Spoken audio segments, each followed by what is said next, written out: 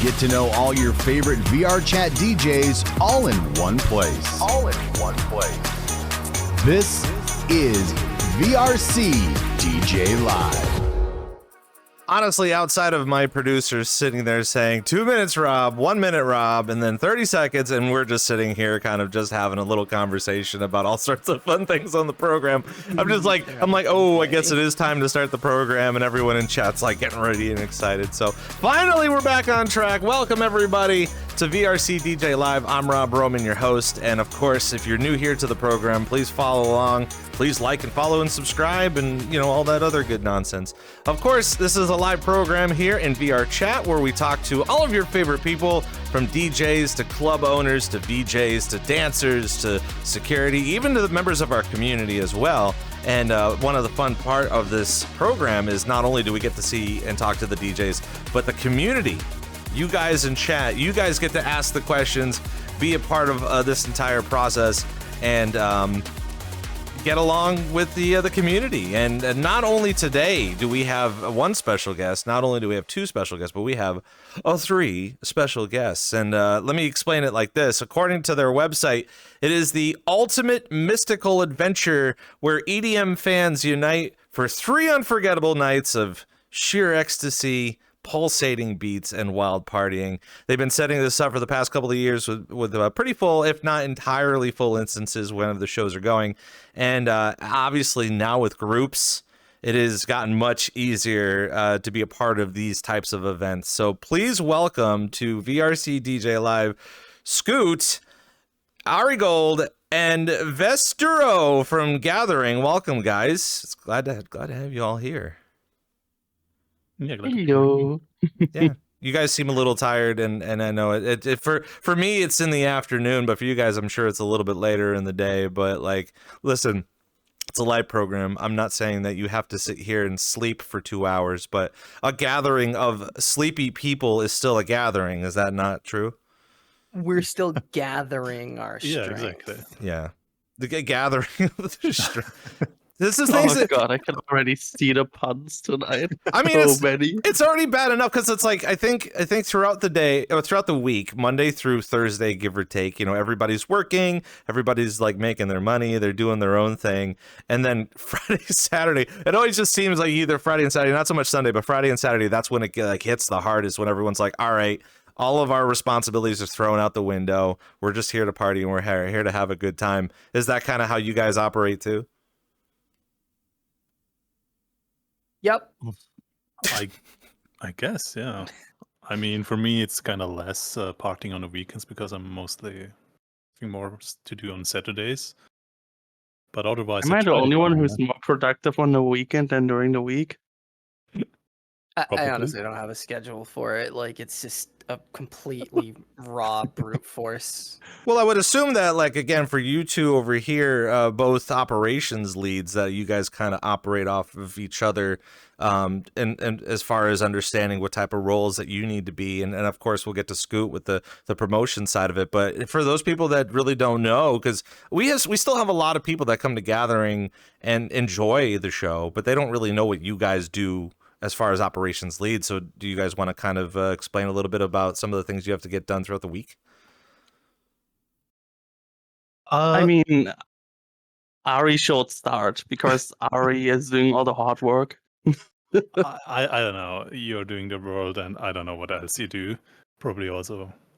Yeah. No, so, you're the best. No, you're yeah, the no. best. No, you're the best. So, as operations lead in general, it's more like keeping everything together, getting things done, keeping everything on track if possible, of course.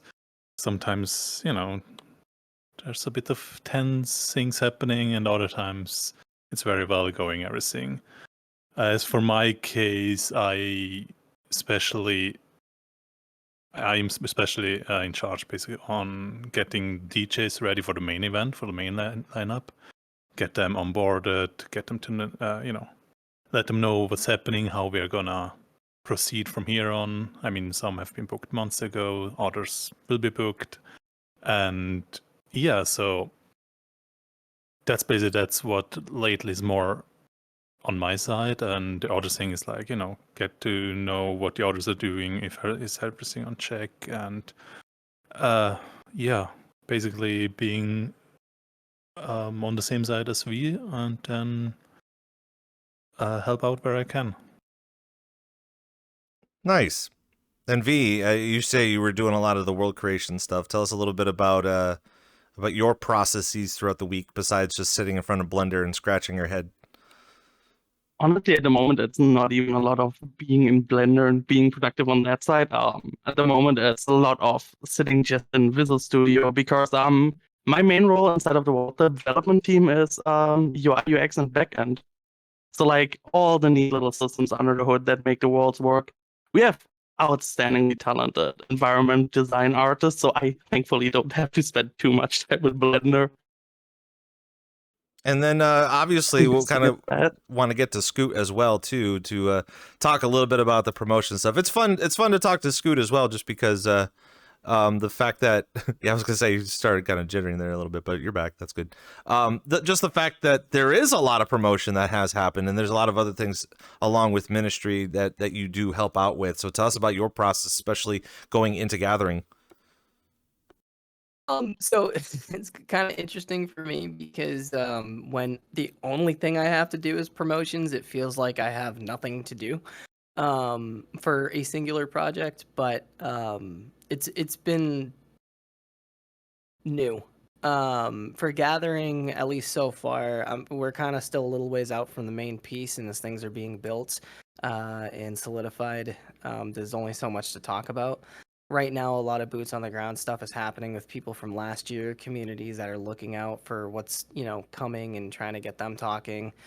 Not really much push for like social media raids or, posters being plastered everywhere, which was an experiment. But for example, there's, one dancer, VXO. She's one example of, dozens and dozens of people that the moment they heard Gathering was starting up wanted to, run into it swinging. So now it's all over their avatars and whatnot. It's been fun reaching out and playing herd cats with influencers and other personalities, because they're just a bunch of cats. We're all cats. It's been a lot of fun. And I'm sure we're going to be getting into the nitty gritty stuff, especially because of the fact that while we have a big old community of people in here that, first of all, has either been to the Gathering last year or getting super hype about this year, and just being able to go to the minis alone, have been seeing the sheer massive excitement. And I'm trying to come up with some better words that really heightens this experience. But obviously you guys have a lot to talk about, a lot to bring up coming up in the next couple of months, which we're going to be diving into. But we're going to be talking a lot more about the processes of putting together such a large event, this massive event that happens in here. And your thought processes of how all of this is kind of working out. Of course, this is a live show here on VRCDJLIVE. Of course, a lot of people come in here and be like, well, why don't we just pre-record it? I'm like, that's not really fun now, is it? We're engaging with the community, and not only that too, but if anybody at any point in time in the chat has a bunch of questions, feel free to drop them off, and then we'll answer your questions. We got everybody here for 2 hours. They could be sleeping, but I have them here for 2 hours. So I'm glad that our guests are here. Yeah, I don't want to bring it. Listen, will probably be going to bed as Ari. I don't have a sleep schedule. I'm not saying that you can't sleep on this program, but at the same time, I think a lot of people would be like, oh, is that part of the lore? Are we going to be discussing the lore where we're going to be having a nap time? But I'm sure we're going to be getting into a lot of the different lore pieces as well. But listen, I got to say, the past couple of events that you've been holding and hosting for the past couple of months legit have been really, really wild. So kind of give us a little bit of a rundown about how things are going so far in 2025 for Gathering. Where to start? Honestly, from my side, we're focusing more on the nitty-gritty details of the world, of the lore building together with our English heart, with our creative leads, Red and Chai.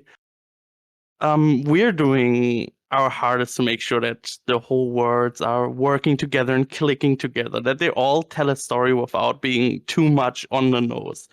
Because we want to encourage people to explore, to find lore, but at the same time, we want to design the environments and design the whole overarching story in a way that you don't need to know anything. Like if you wanna go nitty gritty and go decipher our language that Chai Chai developed, you can do that. We're hiding hints, but like you can also just come and party. Thankfully, imagine if you would need a degree in cryptography to attend. We're gonna hide a password in the future, and one of these events you can only attend with that. Oh God. That will be I thought kind of that's why I funny, couldn't but get I into will the probably other get events. There's no password? no. Oh. It's called asking. Yeah, but I mean, listen, I'm not saying that like most of these really cool events are getting a little cryptic anyway with like special codes, passwords. You know, you have to look at the fine print at the posters or the something. I think it's very engaging, and I think everybody's kind of expecting that. But I feel like with the Gathering, it's a nice, comfortable amount of quirky being cryptic, because it's not like Gravity Falls cryptic where you have an entire book and you're trying to decipher an entire book worth of knowledge that has had happened for the past several years. Yes. I can't even Who imagine. knows Like, what the future will bring? yeah, I was gonna say, like, listen, I don't want to sit here and kind of like break down your processes of how this is kind of going, but I mean, is it going to be pretty cryptic going forward? I mean, I understand that there's bits of lore in there that have something to do with the storyline, but even compared to some of the worlds and the other groups that are in here being as cryptic, you know, I would only assume that you want to be just like a tiny bit, a little smidge cryptic. Honestly, we're not even too cryptic. It's literally just like we're not handing people the infos. Like as an example, on our first mini on the boat, there was and still to this day is hidden a piece of, what is it called? Not paper, the predecessor of paper. You know what I mean? Old as Egyptian style paper. Oh, like a rolls. papyrus One scroll? of them, yes, a piece of papyrus with like that teases the actual main world for this year, which people found already, which people came to me in the DMs and were like, "Hey, what is this?" And like I just told them it's a hint for the main world. Have fun finding the other ones, because why not give the people something to do? Like, sure, they can just come for the party, but like, you have so many different ways of building a community and like bringing people together. Why just focus on the partying aspect? Like, not everyone on VRChat is a party raver animal, but funny because furry, haha.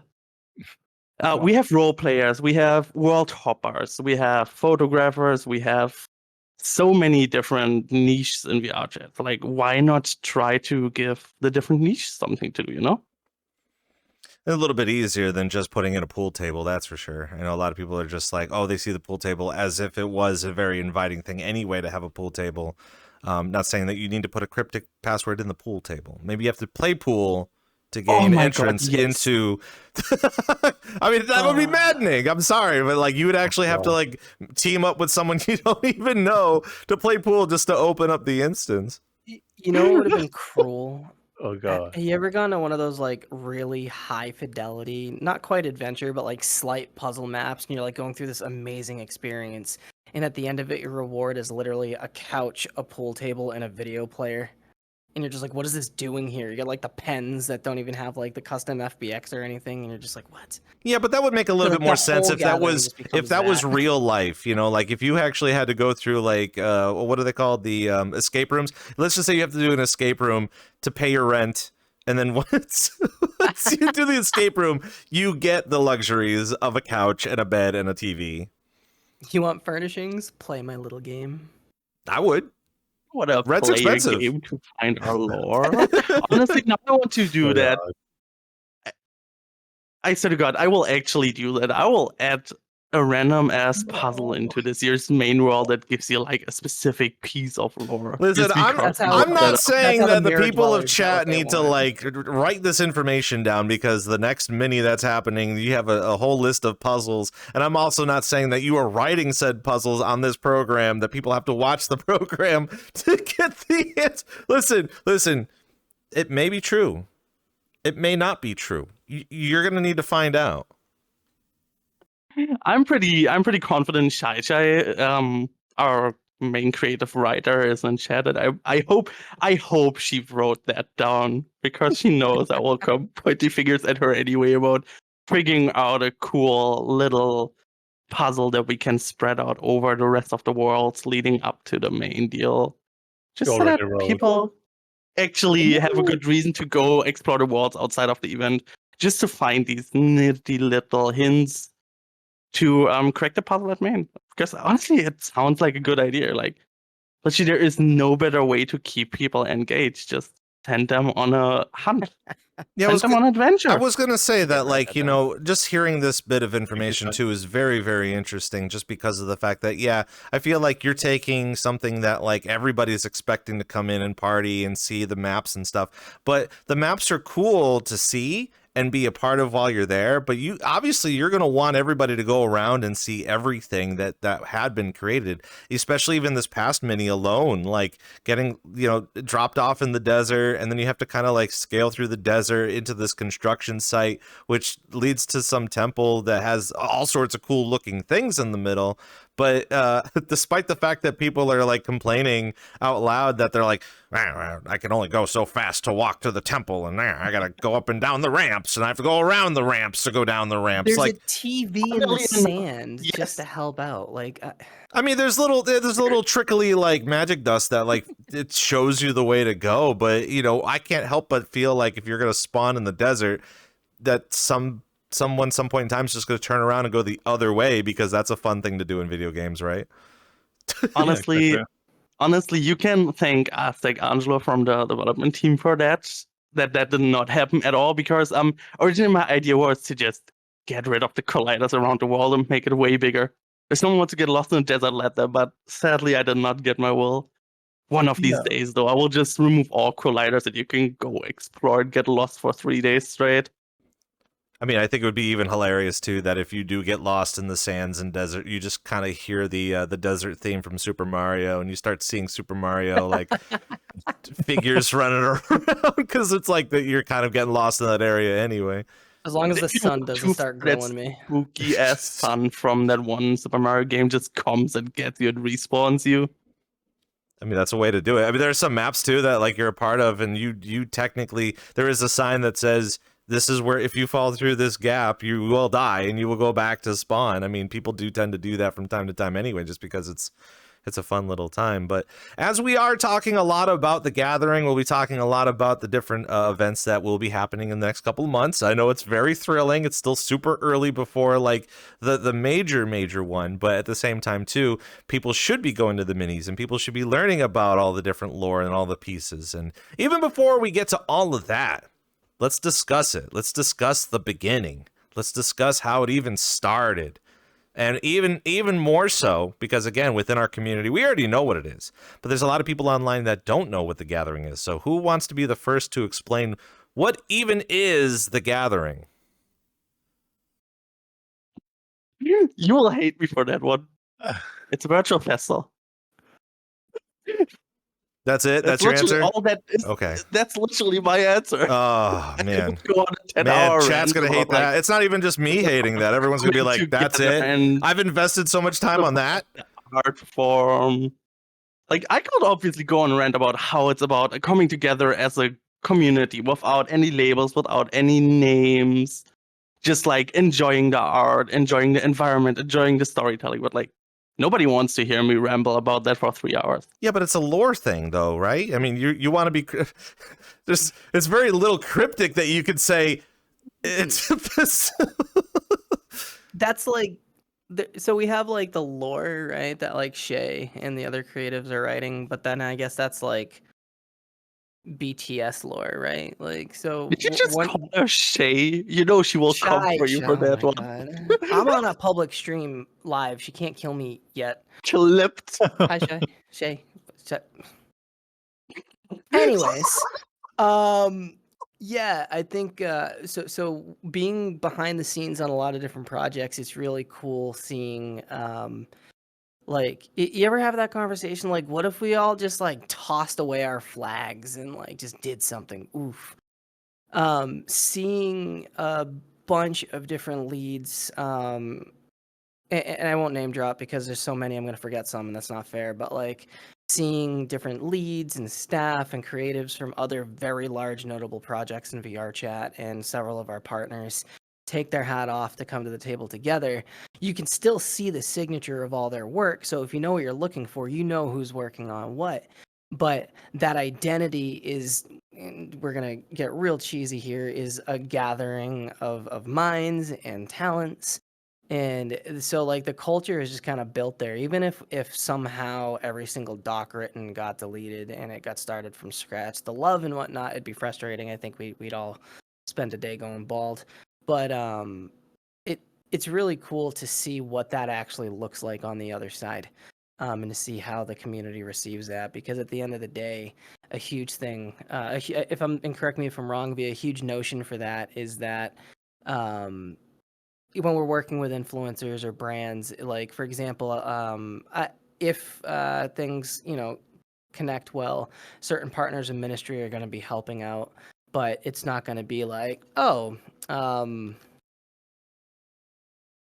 Rift is going to be showing up at Gathering. Ooh, it's going to be like, oh, I saw a Rift at Gathering. You're not going to see a big Rift poster, right?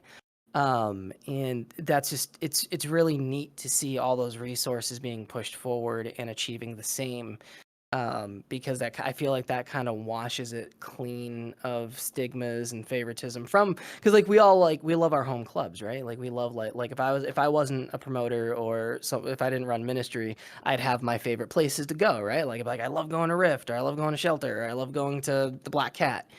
And not having that element involved when people come so they can have like an organic taste is just, as a promoter, it's been really fascinating, like just the science of it. And at least for me, that, I don't know, like that's got me nerding out pretty hard. So I can only imagine for others. I know even within the community too, that, oh, do you guys have something to say about it too? Probably not. I just didn't want the camera on me. I felt like I was going on Lamau. Oh, I don't. Get 'em, Ari, you Listen, got at this. any point in time, this isn't like school time. But I mean, again, if you have something and you want to say something, make sure you put your hand up like this, or indicate to me saying, "Hey, it's my Can I turn." just throw a break at Scoot instead? Oh, is this just Yes, the Scoot Adrian, the Scoot show? Yeah, Oh my also we just let Scoot Hi, do I'm the Papa work. Gathering. Thanks for spoiling the lore. I Sorry, am Shay. not. Listen, I'm not one of favoritism in chat, but again, because it's a live show, the chat will be like, we want more time here. We want more time here. Do a close up here. I want to see this person. Yeah. Don't bring the camera too close to me. I will just straight up eat it. No. Yeah, depends Yes. on how hungry you are. But It more, does look like a cookie. a little bit. Yeah, exactly. It's literally just a cookie. Forbidden cookie, I'm sure. But getting back to what you were talking about, listen, we'll get back on track, of course. Always feed your guests. Make sure you guys have enough sleep. That's basically the only two requirements on this show. But just as you were saying with the community and bringing the community together too, I know we were idly talking a little bit about it in our DMs this entire week about how we're going to continue to try to bridge the gap between the things that we do in here and IRL, and how how people that don't really know about VR, or let alone people that buy a MetaQuest just to be like, oh, I'm in virtual reality. Well, we want to introduce them to a very awesome thing, to a very awesome community outside of the grimy gruff that we've been kind of going through the past couple of weeks with just like accusations and even things that have been on social media too. But more importantly, again, it's a gathering of people that are getting a little bit more interactive within our community. And again, it's not just a matter of the different groups or being associated with different groups. It's just a matter of, we want to have a really cool show, get together with everybody and promote that idea. And that's something obviously we want to continue to promote within promotions. That's your job, to continue to promote that sort of existence. But more importantly too, and I know for many people that don't know, up on the website it showcases even last year a massive amount of people on staff. And so along with that entirety too, just learning about all these people that are passionate about making an event or a festival and bringing light to such a massive gathering of DJs and people. Yeah, don't worry, you'll end up saying the thing. Oh my gosh. What a bunch of unruly people, I swear. It's fun. You guys are fun. But at the same time, too, again, talk to us a little bit about the recruiting efforts with that. Obviously, when you have a lot of people that want to get together and make a massive thing, it's not, I would say it's idly difficult to be able to bring everybody on. But at the same time, everyone's kind of have to pull their weight a little bit of what the things that you actively want to get done. Uh, yeah. That's the whole So thing. Ugh. yeah. So the thing is, of course, you could do gathering with much less people. You could probably do it with like half of it or even less. But the thing is, at the end, we all kind of, live in different time zones. We kind of want to enjoy the event too.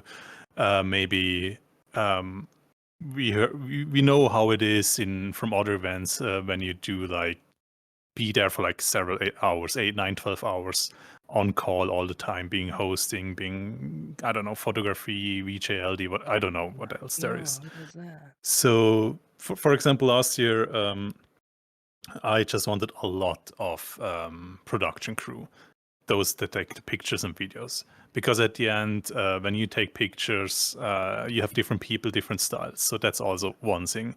But then again, you maybe only want to do like 1 or 2 hours of pictures, then have a bit of a break of several hours and then do it again.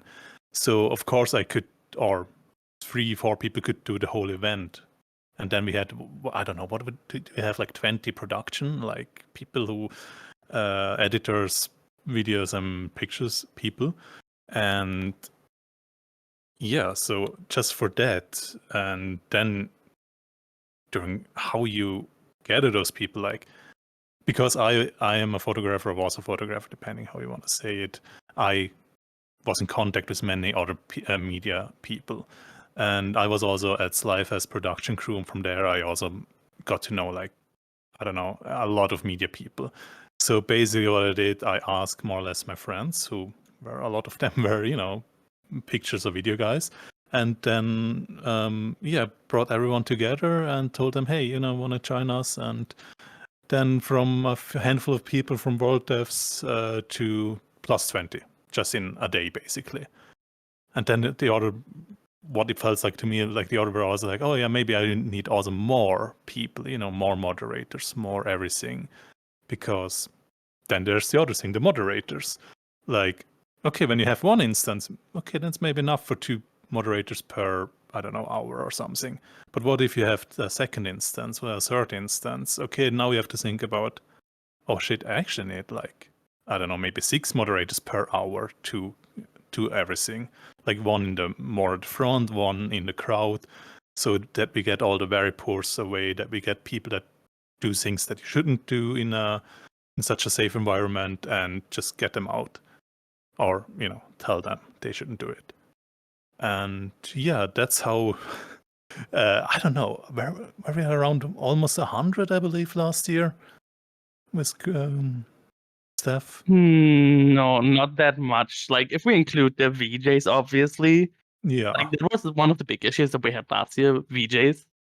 yeah, Because getting in touch with VJs and finding VJs who are down to VJ for more than one DJ over the whole weekend is hard. Like, we had multiple VJs that straight up asked us to get paid. Where I'm sitting here like, I'm sorry, I'm not getting paid. The DJs are not getting paid. The moderation's not getting paid. Why should you get paid? Which is my very unpopular opinion on VRChat. I'm sorry, either everyone should get paid or nobody. No, but like including VJs, etc., we were around 80, 90, maybe even 100. I won't need to pull actual stats up. yeah. Like, not everyone was there for the whole time. Like, as an example, we had LDs who literally were there for the mini and for all 3 days of main. But at the same time, we had VJs who did, quote unquote, only 2 DJs and then we're done. So obviously a lot of volume comes just over the amount of work these people take on. Yeah, and if you talk about paying people like a VJ, let's say, I don't know how VJ is working. Like, maybe they put on some hours before and then 1 hour for the DJ. I don't know, 5, 6 hours. Then you have V, who for Gathering 1 developed like basically everything from scratch, which were like hundreds of hours probably for the world dev and scripting and whatever. I Yeah, got no. started in January and coded and modeled till 2 days before the event. Yeah, and now pay a world dev, and then you have maybe 2 or 3 world devs and scripters. And if you do that in like money-wise, if you want to pay those people and have a big event like this, yeah, it's right now it's not feasible in VR at least. Like we I've are said all it in the passionate past. people. That's exactly why Meta has such a hard time. Yeah. If like I've worked with V for a while now. I come from a corporate IT and lifestyle, and for the types of skills and not just the know, like anyone can learn the wrist tension to pump a wrench just right, but like I could go learn how to write all the scripts V knows how to write, but I'm gonna take 2 hours. V's gonna take 10 minutes. V has extreme. I don't know how to word this. Basically, if you were to try to pay V in a corporate environment for the things that they do, you'd be paying either a team of people a lot of like mid salaries, or V would be making a stupid amount of money. And when you map these things, and I think I said this last time on your show, so I won't drone too much, but like that's what we see a lot about with Meta. Even though it's much larger than VRChat, it's really not. You don't have that community engagement. You can argue it's about the features that we don't have over there to be able to invest ourselves in the platform, but it's because someone like V or someone like Aqua or someone like Castle or someone like Sly or someone like you, like without, glazing any of you too much, how much would you need to be paid to do exactly what you're doing with the level of intensity that you're doing it right now, Rob, if you weren't doing it for VR and you were doing it for some company like ESPN or Fox or whoever does sports? It doesn't translate one-to-one. And the moment you try to, like, if a billionaire can't do it with Facebook behind him, it's no. It's one of the trickier. I mean, I got paid. It's one of the I got trickier questions on this program and in our community as well. And we have been kind of talking a lot about that, over the fact that, again, you have a lot of people that are passionate and want to do all these amazing things and have them a part of the staff and help out, which is great because, again, at the end of the day, you want a really nice product. You want it nice and polished. You want to make sure that everything goes just as smoothly as you want it to, so you can continue to represent it and promote it and showcase it. But at the same time, too, those passions are based off of just the community having voluntary time and voluntary hours. And one of the beautiful things about VRChat is the fact that most of us are doing stuff voluntarily. And when you do volunteer, obviously you can't get paid, or you can't get you're not there for a gratuitous amount of time, or even look to get a promotion out of it. You're just doing it because you like to do it and you want to showcase it. But in the case of VJs, one of those hard-hitting questions in our community is when is it going to be a time that people get to learn about this amazing skill and this amazing thing? Like, you can have DJs and they could do a thing, but what's the difference between that and a birthday party where you just have a DJ up there with no visuals? You're gonna go run around and do whatever you can, maybe go around, take a look at the worlds and stuff like that. But we still want people that are passionate about being able to do it. And I can totally get where those types of people are at, trying to look to ask for money. And in VRChat, it's a weird. It's not even an imbalance, but it's a balance of the fact of, you have some people that are passionate and want to do it as a hobby and not get paid for it. But then there's some people that genuinely say, there is a career for this, and there's a pathway for this, and there's a way for me to make it my career if my skills are well enough. Even more so, even today, and I'll get back to you because I did work for ESPN, haha.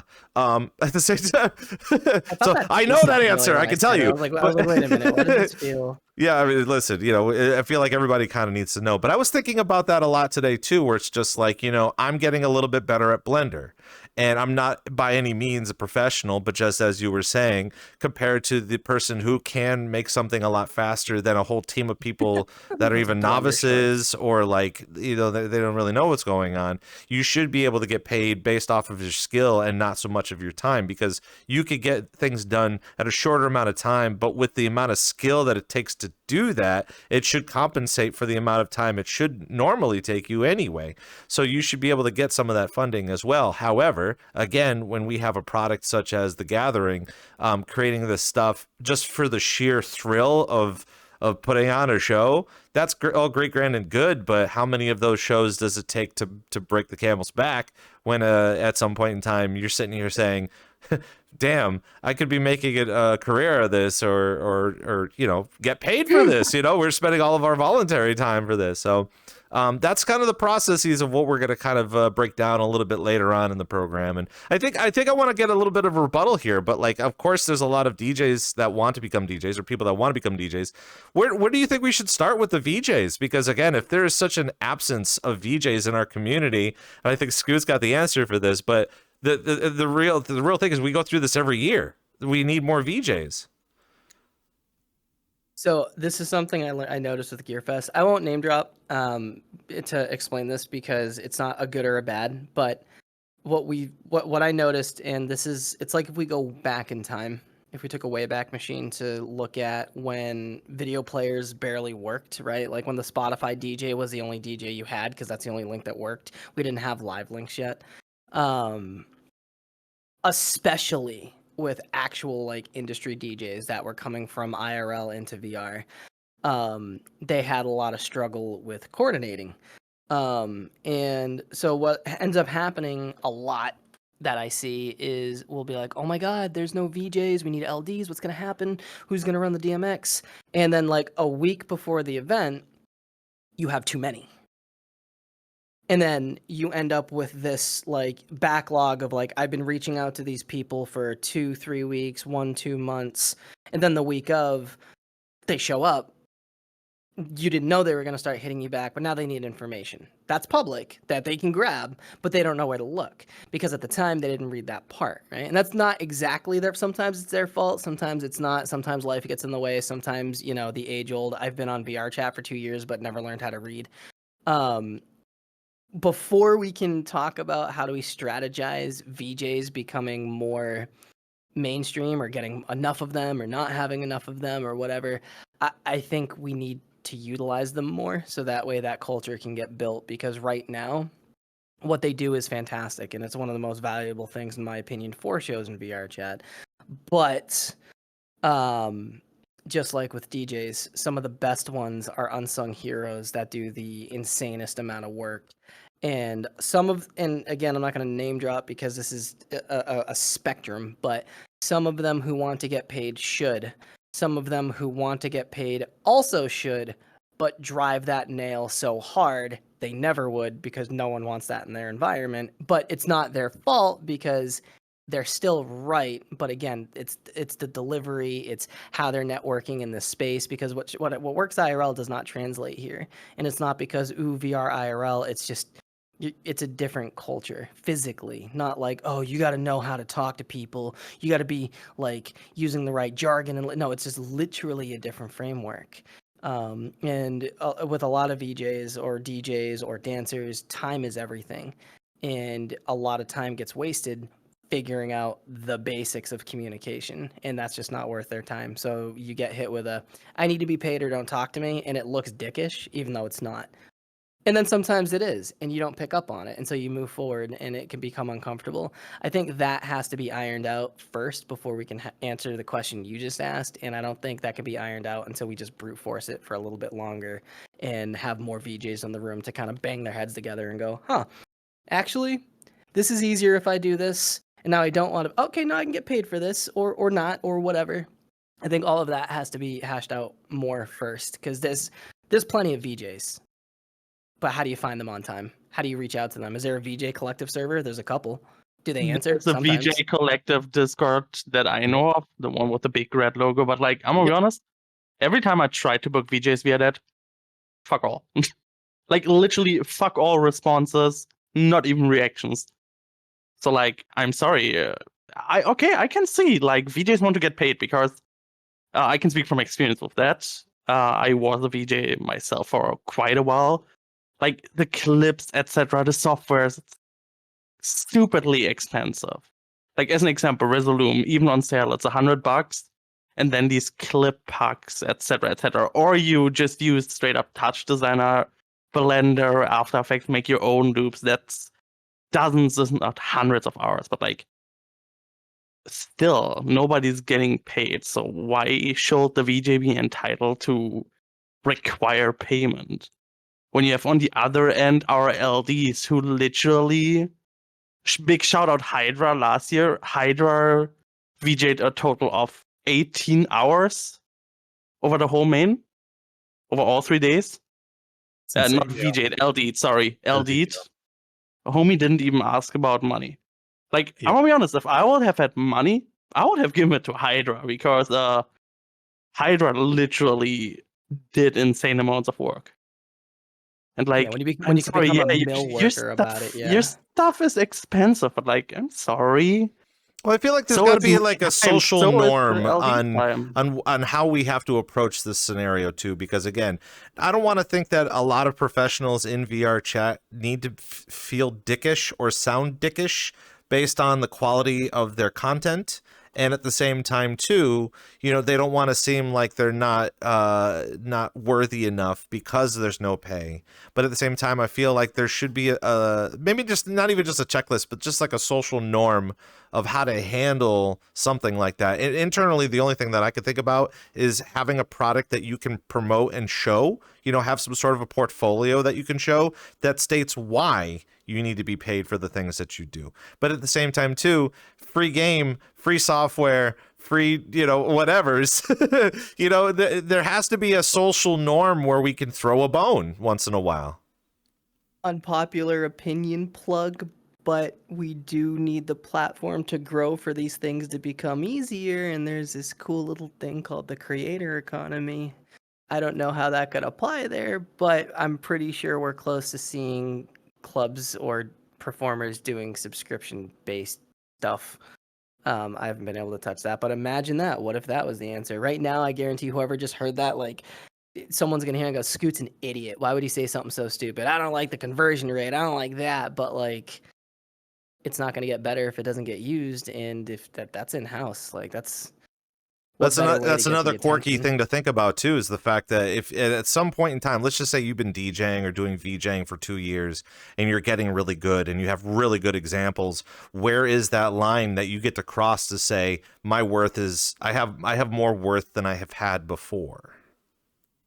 And it's funny you mentioned that, because so this would usually create a really constructive conversation and or a fight on the floor. And not to be biased, because you know Ministry has dancers, but so if we want to get into the cost of operation, what is 11-point tracking, cracking an index in half twice a year for a 16-year-long breakdancer to literally be blind, deaf, and dumb in their house alone doing back handsprings? And by blind, deaf, and dumb, I mean a toaster on their face and ears. So it's a dichotomy. There's a lot of...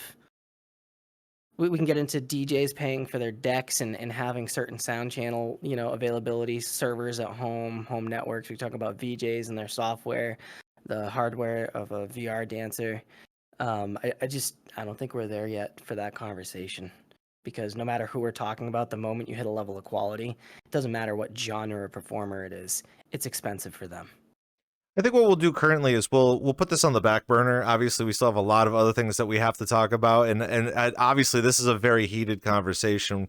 We'll get to Ari's comments in a moment, but just at the same time too, it's all very important, you know. And again, I'm trying to validate all of the work that you guys have done, all of the things that you have coming up. Obviously, it moves so far and so often in social media, and not only the fact that you guys have been doing such a great job with the Gathering, you're even able to push the idea that we have something fun like this program and having you guys on the program, and you have a ton of people in chat right now that are here to hear what you guys have to say. So just that validation alone is showcasing that your product is moving mountains, that you're doing such a great job putting together the Gathering, and the community has spoken. They want more of it. But the problem is, within our community, you guys are human, as far as I know, except for the one furry here. But at the same time too, what was it? What was it at the beginning of the week? There you were like, "This is a strange program. How we have one furry, one demon, and one girl." So it's like, all right, bet. Just representing the whole of VRChat. It's literally just corporate environment. We're making sure that everyone is equally represented. Right. Represented. But even more so too, again, like I'm saying, like, you know, you guys are voluntarily putting together this amazing product with some amazing visuals, with an amazing company of staffers that at some point in time, I'm not saying that you guys want to get paid for this, but within our DJ economy, the question always lies of how can you turn your passions into, you know, a profession? How is there a way that you can, and not only that, but being able to explain the things that you guys have been doing for literally months to the people that put on big events like Tomorrowland or EDC or Ultra or something like that? There has to be a way to be able to bridge that gap and communicate. Ari, you had some comments on this. I mean, we all talking about money or talked about money and compensating. The thing, as Scoot touched there quickly, the thing is really right now, whenever people talk about money, is they don't know how to communicate. Like, that's the biggest problem. I see that especially when I reach out, you know, to people to, you know, do something for us. Like, let's say it's a DJ or, I don't know, someone else. And then you're like, yeah, but, you know, I want to get paid. I'm like, yeah, okay, now you just said you want to get paid. That's nice of you, but show me why. Show me, like, don't tell me you want to get paid. Show me first why I should pay you. And that's the problem. And the other thing is, like, what we talked about before is also how to find people, how to find the DJ, how to find a VJ. Like, yes, we have those services, the big red something where all the VJ or many VJs are. And then you ping and nothing happens. So, like, I believe if you want to get paid or like, if you want to be compensated, you also should be there. You should be known. You should be responsive. You should communicate properly. You should use a proper structure of sentences to explain why you should get paid, why you're the better DJ than the others, and people should also know you. And there's many very good DJs, VJs, LDs who no one knows because they maybe only, I don't know, play for their one club, but they got so good, and I don't know, no one really knows them because they only play there, and maybe they play during a time when not really many people are online who host the bigger events, and then they get not known. So I guess one big part is really because it's VRChat. It's like a community. It's a communication platform. Basically, people have or need to learn how to communicate in a semi-professional way, especially when talking to a host, to a VJ, to a DJ. So yeah, I guess that's the biggest part that's missing here. Sorry, yeah. What? Can I touch on that? You actually just sparked exactly what I kind of wish I said earlier. I feel like I burned some time with what I said. Yeah. More to the, like, that's all so valid, but more to the, I don't think we're there yet. So I'm going to lose everyone off the rip. We all know what Eurobeat is, right? We remember Eurobeat? We love Eurobeat, or we hate it. So the way I understand as a big fan of Eurobeat is back in the day in like the 80s and 90s, people would have random synth equipment or tape drives, and they would just go to each other's houses and just like at the end of a sketchy 9 to 5 be like, I'm going to do something weird for a few hours. 20 years later, it's sensational, and these people either fell to obscurity, aren't alive anymore, and it touches on, why are we trying to get paid? Because we deserve to, or because there's a cost of operation? Because we have bills to pay? Like there's a reason. There's economy involved, and I think right now we're still on that stage of developing that culture of like, hey man, I have this cool cracked like script that like I paid for Resolume, but I have this like plugin I made, right? You should try it out. Oh, sick. And then in 8 years, we're going to find out, oh, there's 50,000 people using that plugin. It's a norm. And the person who made it might not even be VJing anymore. I probably got that wrong. I don't know the software, so maybe Resolume doesn't have plugins, but does that make sense more to what we were saying a minute ago, to what Ari just said? It kind of got dark real quick. Oh, whoops. I meant that positively. I'm so sorry. It's like you got the people from Eurobeat, and then they do good, and then they die. Then they're gone. Goodbye. Like, no, I think what you're trying to get at, and here's my little piece of experience and knowledge on this is within our player economy, we have a lot of DJs that are starting off their hobbies at the, that's what they're doing. It's a hobby. They want to do it. Maybe it's a little bit of peer pressure from their friends. They want to learn how to do it. As they start to get better and they get notoriety and they start to get famous in here, they're getting famous within a community. They're getting famous within a group of people that enjoy the stuff that they do. So they will constantly go there. They will have an audience. They'll have a following, and that's all great, grand, and good. But then that's just within our immediate bubble alone. So even just in our little village, in our little economy, you can have that fame, but how can you translate that fame outside into something of a much larger, grander bubble? And I think what you're trying to get at too, especially for those people that want to get paid in here, is just a matter of again, the type of product that you deliver based off of the cost that you want to get out of it. And the only way that I can really sum this up as an example is, let's just say you go to a bar, and the bar isn't in any major city, but it's a bar that offers entertainment. They will not put money into a DJ that is really good, because the outcome of it all is they're going to lose money based off of someone that's really good, when in reality, everybody's going to that bar to just drink and be loopy.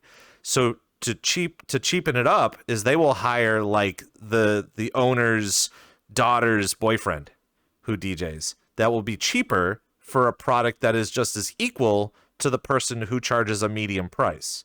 And that is not the best. Like if you're really good at what you do, you want to have those opportunities. But people are always trying to cut the costs, and I'm not saying that people are cutting the costs for any particular reason outside of just saving $1. But at the same time, too, the same thing goes for the people that are in our economy that are looking to get their first break on things. The obvious is like, you could be really good at Blender and do worlds and stuff like that. But unless your portfolio says that's what you do, you are going to continue to do stuff cheaper to add on to your portfolio that hopefully somewhere down the road, you'll get those larger gigs. But at the same time, even if you are a pro at Blender and you're looking to get some money, doesn't necessarily mean that people are going to pay for you when they could probably find something a little bit cheaper. And that is the weird inconsistency about the entertainment field, is just the fact that while we've got some amazing stuff going on in here, actually, I had this conversation with an upcoming guest that we will be having in June. Keep in mind, the poster's coming out soon. Very, very important guest, so you make sure you're tuning in for it. Is just that fact is like, we have a cap of 80 people in here. That is a successful event. When you cap out at 80 people max, obviously the more successes you get if you get more instances and you get that full. But compared to a full bar that's more than 80 people, how do you relate that experience based off of the fact that you have capped at a maximum capacity compared to a maximum capacity of a bar that could just hold about 120 people? So having those conversations are super important, especially understanding people that want to VJ or want to add money to it. But again, there has to be some sort of a social norm that we have to crunch, because of the fact that people will consistently go up to that guy and say, Maybe I could come up with the money, compared to, I don't think so. I can hire Joe Schmo over here who's just starting, who's just as good. I feel like I kind of answered it all for everybody, but at the same time too, Yeah, honestly, you read beautifully encapsulated that all. But by the way, it's tough. I have an actual answer for you on the bar versus an instance question. You can't at all, because something that you need to keep in mind with IRL performances. If you attend an IRL event, there is a lot more involved than just deciding to go there. You pay money for the drinks, you pay money for entry on most venues. You have to drive there. or take an Uber or taxi, which is expensive too. Meanwhile, in VRChat, every instance is just a click away. So, like, I would honestly say there is no event to this day in VRChat where I would say they can hold up to an IRL bar that's stacked with people. Just because We ease also of have no access. hostage culture. Like I can't. There's a club owner in VR can't be like, hey, if you go outside for a cigarette, you're paying $15 to get back in. Now, here's the other thing to think Uh, about too, if you want to flip it on its head a little bit. But with a lot of dying bars recently, who's not saying that the bars are also scared of the fact of closing because of the popularity of VR applications of being able to party in your house and you don't have to pay a cover and you don't have to pay for drinks because you could just bring your drinks into your room. We're coming for you. I mean, what? That's crazy. Yeah, no, great take, Rob. Great. I mean, take. I want you to. Yeah. I want you to be able to say that we're coming for you because it's important for you guys are be getting your max cap. You guys are going to be getting all these people to come in and party. But at the same time, too, who is not saying that gathering can be the next greatest thing coming up in 2025 compared to spending literally the last tier of Ultra this year cost $500 for 3 days. And and even right now with the early ticket sales, it's still $375 for the weekend. What? You could have that's 3 days. You guys are doing 3 days. You don't have to pay three. I mean, I think you guys would love to get $375, but I mean, No, fuck that. Let's not get any money involved in gathering. I will my not God. jump through the hoops of get that done. That will not be 80 happening. times $370. Jeez, we could pay for V to have a development team. Promotions would just go like. We'd be forced to multi-instance. so who's saying that Ultra's not scared of you guys? That's what I'm saying. Like at the same time, they're the ones getting all that money, but they're also building an entire stage in a parking lot at the bay of Miami Beach. We are building worlds, or V is building, or the world dev team is building worlds, not just a stage on a parking lot. Right. Yeah, can we And please that's the stop word for- glazing me? I'm not the only one doing all the hard work. Yeah, I that's just- what I wanted to say. Like the world dev, like I don't know the name. Sorry. It makes a lot of the sense to poor me, though. Angelo, poor Virtual Lily, poor Hysterium, Yeah. poor Concept Patience who spends so much of his time being my rubber ducky. I think it's funny that you guys are just like, man, we're working so hard. I'm getting a headache from all of this amazing positive energy that we're talking about here.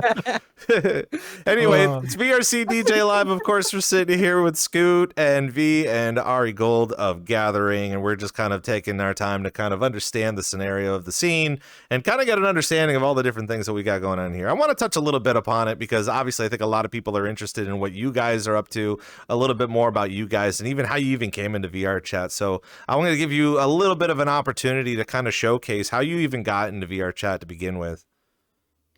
I'm gonna be honest, I will be starting there just because it's literally the shortest one out of all of us probably. I came into VRChat because of Big Bad C in 2022. Because I saw a video about Tube and raving in VRChat, and I was still actively DJing back then, and I was like, I want to still DJ even though everything is shut down, so let me just do it in VRChat. So I just downloaded VRChat. I made my own Orion instance, and it kind of snowballed from there. Like I met my first VRChat friend in that instance, and then literally a day later, I met Ari. And from there, it just kind of spiraled. We founded Myriad, our first project, which is sadly almost dead nowadays. We don't do things there anymore. But the Discord is still around. Yeah. We might bring it back. We said it last year too. We should bring it back. But then again, it's really bring it back. Time organizing events all the time. So yeah. Yeah, no, but like, and that literally is the main reason to why Gathering exists today. Because if I would not have met Ari, I would have never found out about Slyfest. What about you, Ari? What was your first couple of weeks in VR, or how did you even stumble across VRChat? I bought back in the day what is called Oculus, I believe, the Rift, one of the very first headsets. I don't know, 2017-ish, I believe, maybe early 2018. I bought that, VR, new stuff on computer, on gaming. Why not? I bought it just for fun. Played basically every VR game there was. There was like basically 5 out of there, what it feels like back then. And one of the things were VRChat, but I never really cared about the social platform back then. It was just, oh no, it's just talking people. I don't want to hear that. I see that during the day. So I put it away. And I came back like probably every year. And I was, oh yeah, VRChat, I forgot about that. Let's go online. Not, oh shit, yeah, no, never mind. And then I don't know, after all the epidemic stuff that happened, after I worked there my ass off during the epidemic, I was like, okay, I kind of want to go into VR again, more VR. I opened VRChat again. It's like the black cat. I closed it again. I was like, oh shit, I don't want to see the black cat and those people. And I was like, you know what? No, it's just it might be a good platform, And then I started again.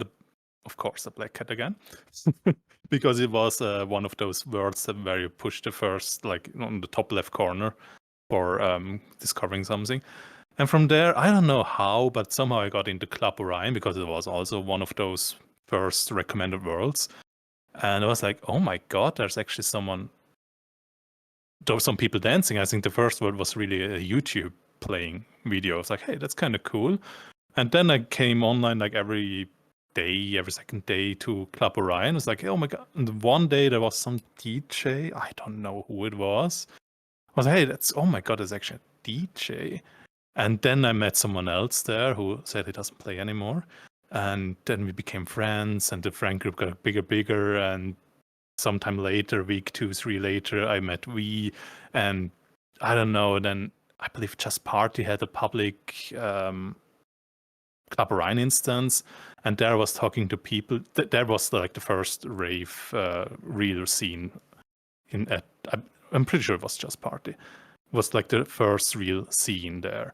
And then I was like, oh my god, guys, someone's playing drum bass. I was like, oh my god, I fucking love drum bass.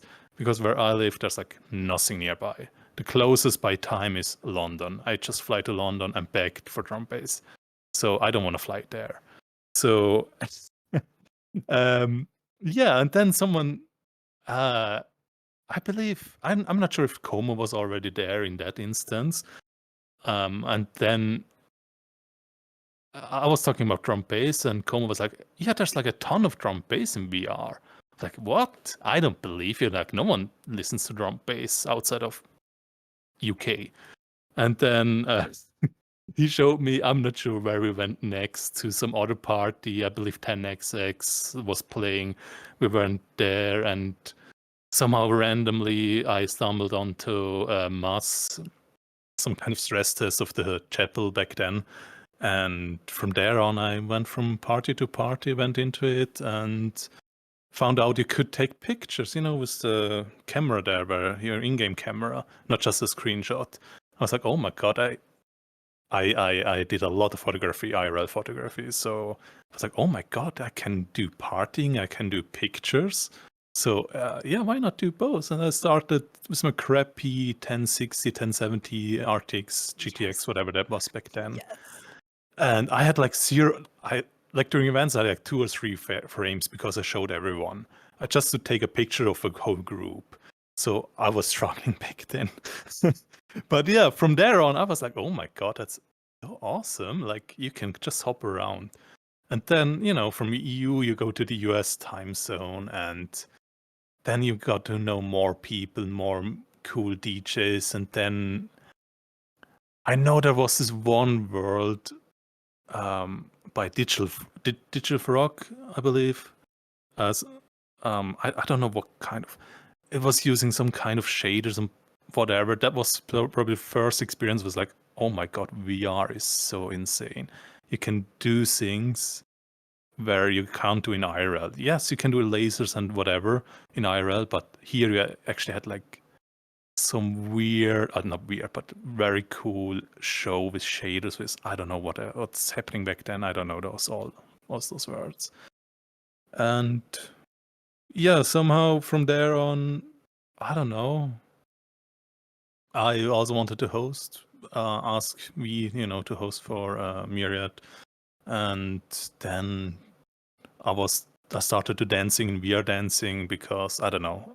After a while, just the clubbing scene was kind of getting boring because you only go online for clubbing, and I started VR dancing from there, I met Chad Mans, who is the captain of Slyfest production crew, and it was like, hey, come to Slyfest. I was like, what is Slyfest? And yeah, I joined Slyfest, joined the production crew. I was like, oh my god, I can finally do like pictures for some big ass event, and I wasn't allowed to talk about it. I was like, oh my god, it's so cool, and what's happening? And then I was like, I kind of like the big events, like. You have a lot of people. You can ask other fellow photographers, oh my god, how do you do that? How do you, you can exchange all your, you can nerd talk about photography basically. And it was like, oh my god, that's so awesome. And I was learning other things like, I don't know, there's the other camera modules that you can add to the avatars. And I was like, oh my god, that's even better. Like the VRChat cam is nice, but once you have like the the better camera that you can just add to your avatar, it's like, oh my god, it's like an IRL camera. Of course, it's missing the physical buttons, sadly, but still, you're like, yeah. From there, I was like, I just want to do, if possible, do some kind of bigger festival and be on bigger events with other photographers where I can just nerd out with them and compare with them, basically. I think it's kind of it's super neat, especially over the fact that this has all kind of happened within 2 to 3 years. And the way I've been kind of seeing the rave scene, and as we continue to progress into it before we get to Scoot, because we've already heard from Scoot a couple months ago about how he got into VR, but we're going to go back into it anyway, just to kind of, rejuvenate ourselves with it. But just the fact that I kind of look at it like the Planet of the Apes, like Planet of the Apes, it always has to start off with just a barren nothing, and then as we start to kind of culminate together and we learn all these new skills and all these fun things and add in some new plugins and be able to DJ and even DJ without having like actual hands here. All of it is super interesting to know, but even more so, like, we want to keep focus on the future and all the other fun things that we can do in the future. If even within the 2 to 3 years, literally that's all it's been. It's just nothing but amazing things kind of piling in. So just that alone, just getting into VR and just being like, well, like, you didn't even want to start VR. You were just like talking to social people. No. That's crazy. Now you're talking to everybody. I hate it. I hate it. I hate everyone. Yeah. But no, Did we do the VR without the chat? Because then, like... That's called a mute. Yeah. I don't know if you've met any of those before. I never was mute. Yeah. Yes, that's something I can't do. Yeah, but just alone, again, just that fact too is that we're we're continuously thinking about what we're doing in here and what else we want to do in here, compared to, like, again, it's like having the best party, having the mansion party. Obviously, right now within our history, talking about mansion parties is kind of like we have to be quiet a little bit about it because of what's happening in the courts. But at the same time too, like, I don't know, at some point in time, it's gonna be cool. What if we have a big old VRChat mansion party? That would be kind of neat, and I hope that I would assume at some point in time that's going to happen. But we have to continue to work our way through that. And of course, with Scoot, I think we've already kind of learned how you came in here, but kind of refresh our memory how you even got into VRChat. Yeah, I've actually been asked this a lot recently, so I'm really good at condensing it. And as I say that, watch me fail to do so. I love video games. I'm a huge Elder Scrolls nerd. I have lost the ability to call myself a scholar anymore because after Oblivion Remastered came out, I realized I'm not up to date. But back in the day, before I was even into computers, I got into smartphones, which my buddy, who's a computer engineer, I love video games, so emulation on a phone, like Nintendo 64 in my pocket, let's go. And he was like, oh, that's because it's a computer. That led to one thing and then the next, and I got into, computer gaming. But with the Gear S7, with the Samsung S7, there was the Gear S2. And before we had SkyrimVR, there was this cool little app called Trinus VR. And I was able to mirror from my PC onto my phone, and Trinus would convert it into the goggle view for my gear. And I had a controller, I had Skyrim going. I only played for about half an hour before I realized that my phone was too hot to take back out of the headset. So I spent a bunch of time on the phone with Samsung. I got a really cool tech who did not have the answers, but he was determined to help me figure it out, because I had what could have been a grenade 2 inches from my face made of glass. And we found out, like, it would shut off before anything happened, but this thing was running at 90C. So I had this huge tinker tantrum, awesome time. fast forward a few months, and I found a good deal on a Rift S CV, a Rift Original, a CV1. And I stumbled onto this free game called VRChat.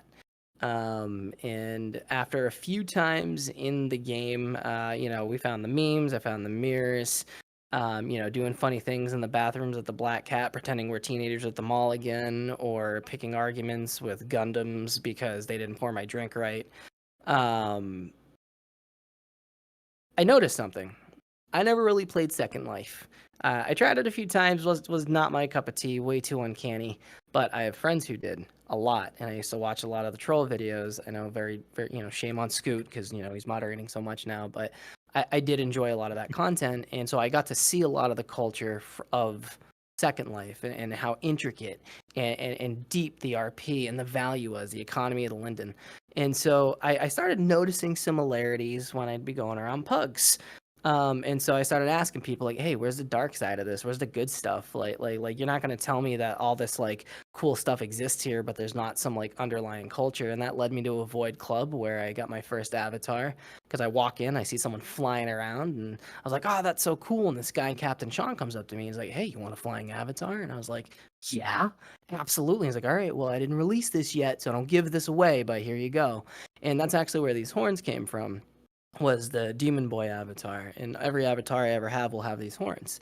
But that led to a game of Pong with someone who I thought was a mute, but they were just yelling at someone in a phone call named Zejun, who brought me to Club AU, and I was swarmed by a bunch of people that I didn't know, a lobby of about 60 at the door for no reason besides I was a white name and I was a visitor rank. They wanted to know what was up. Who's this new person? Are you new to VR? Do you like music? This is our club. This is our community. And I fell in love. And once I got to see that in VR, you could show up with no voice and find a voice. You could show up with no life skills and walk away a gardener, a programmer, an athlete. And I just saw these connectivity things in a video game. I was hooked. And the rest is music. I love the fact that everybody has their own little journeys when they come in here, and it's even more it's more humbling for me because learning from the people that did come in around 2022, maybe even 2020 during pandemic time, comparable to the people that have been in here literally like dinosaurs, and everyone's just like, oh my gosh, they're dinosaurs, there's actual dinosaurs in this game. It's thrilling to be able to see how your process is and how you've learned to love the game and or the social simulation, if that is the case, not really the game, but even more so of the fact that like again the DJ economy is just booming. It's there. It's all over the place. And speaking of which, again, you guys have kind of been through a little bit of the gambit of it. You guys have been in it to the point where you've known when you first came in here that you started to learn to love it, and now that you've loved it and you are a part of this massive entity, I kind of want each of your opinions based off of where you've seen the VRChat Rave scene has been kind of going in the past couple of years. Honestly, again, as simple as it could have started in a Club Orion instance, where you are like, oh my gosh, look at all the lights, look at the sounds, the fact that you can stream there, you could DJ there, even comparable to what you can make today. Tell us a little bit about the things that you've enjoyed, some of the things maybe you've not enjoyed. That's always a very fun topic. I don't know who wants to get started with this one. Maybe we'll just start with V.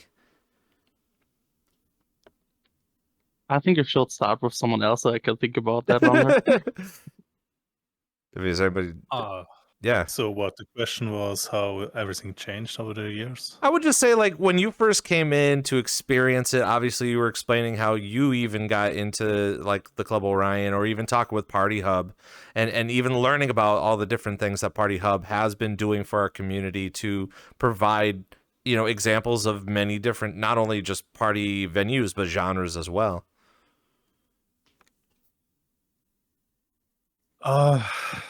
Yeah, I don't know really.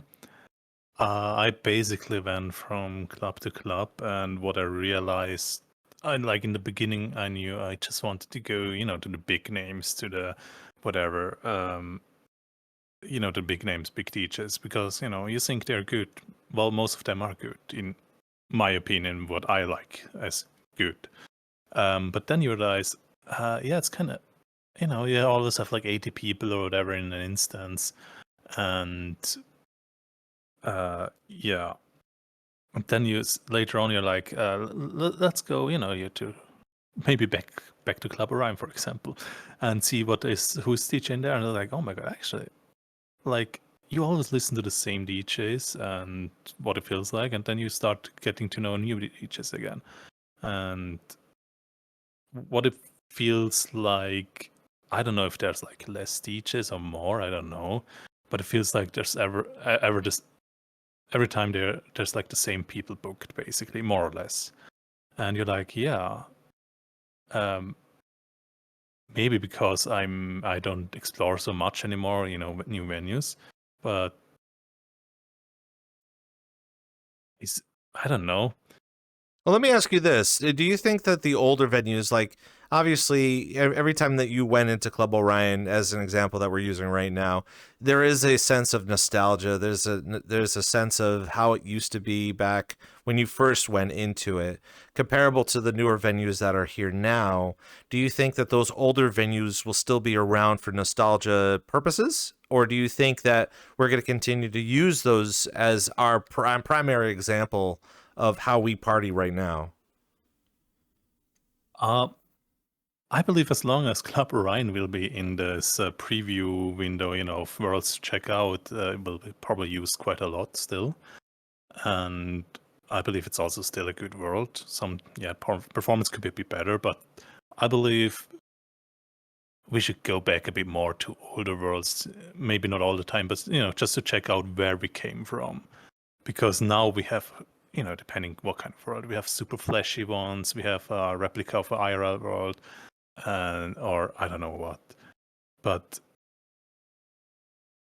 sometimes it's just nice to have a venue that's just a venue, basically, where you just hang out with friends instead of having all the flashy things. I believe like the Lazy Monday or something like that, they do just a normal chill out world where they put a DJ deck in it. So there's no light, there's nothing, just music and chill. That's why it's called probably Lazy Monday, because everyone is tired after the weekend. So yeah, that's kind of the venue I enjoy currently more, just something more chill. And on the weekends, of course, it's nice to have those very nice high production venues like Gathering, where you have LDs, VJs who do amazing performance, and yeah. What about you, Scoot? Like hearing a little bit about, again, your process between when you first came in and started to learn about Void Club, and the fact that, again, it was Void Club is always a very interesting place when they was first beginning, because it was like an RP club with a bar. That there really wasn't a place to DJ, but there was a place to DJ. And so unless you were role playing as a DJ, you weren't actually DJing in the place to it was dwell. very cool. Everywhere But mirror dwelling was a meme, but not there. There it was the place to mirror dwell. yeah, and even nowadays, like even if you were to try to find a weird kind of like a balance between how it used to be compared to where we are now, first of all, are we on the right track to where we're headed, and what is to come out of all the experiences that we've had in the past several years? So the first thing I want to point out, just to nullify or an attempt to nullify, maybe shoot myself in the foot here. It doesn't matter what platform socially we're talking about, IRL or in VR. Social media is going to make everything look toxic. People are going to have their spouts. People are going to be public about their gripes. But back in the day, before video players were really working right, when DJs were like, I vividly remember being in instances and only Spotify worked, not YouTube. I never heard of CDN. That like the Spotify DJ was the peak, and then somehow became like the sin, right? Obviously. But we used to get together as clubs and just hang out.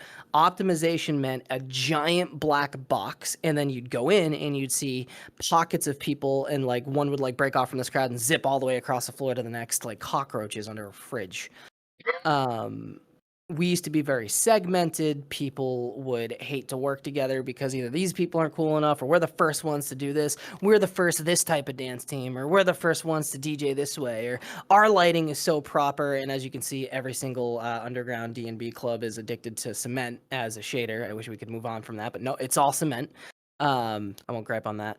But from then to now, despite all of the gripes and the confusion and nothing's changed and the scene's not going anywhere, I personally am constantly especially in the last 2 years, I am seeing a like a horde mentality start to finally wake up, where we're not gonna stop doing this. We can hear DJs retire and VJs argue and dancers be whatever, but at the end of the day, the only way anyone's retiring from running events in VRChat is damaging their life to the point they can't keep their lights on, or going on stream and saying some slurs to make sure they can't come back.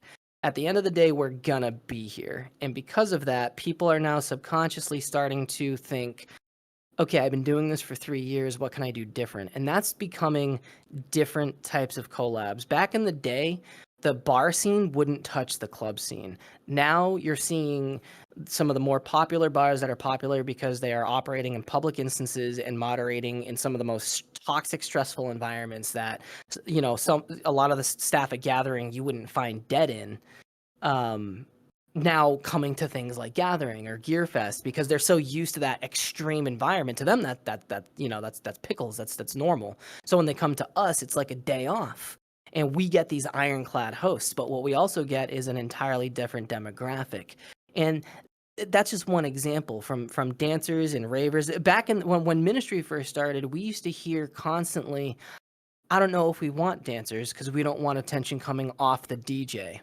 And then everyone who gave us a shot was immediately addicted. They're like, no, DJs and dancers, symbiotic. I'm watching more and more communities interact with the VRChat team. I'm watching more and more companies not do really stupid crap because they're actually reading the room when they come into VR.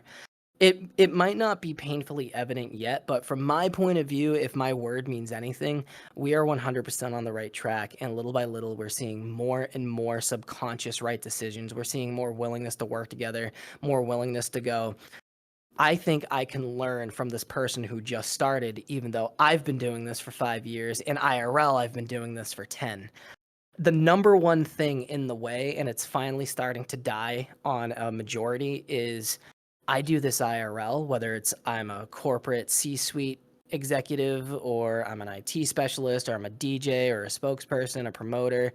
And it's all humbling, right? Like, people aren't waiting to be humbled, because that's the great equalizer. When someone comes into VRChat and they don't find success when they had it IRL, their ego is shot.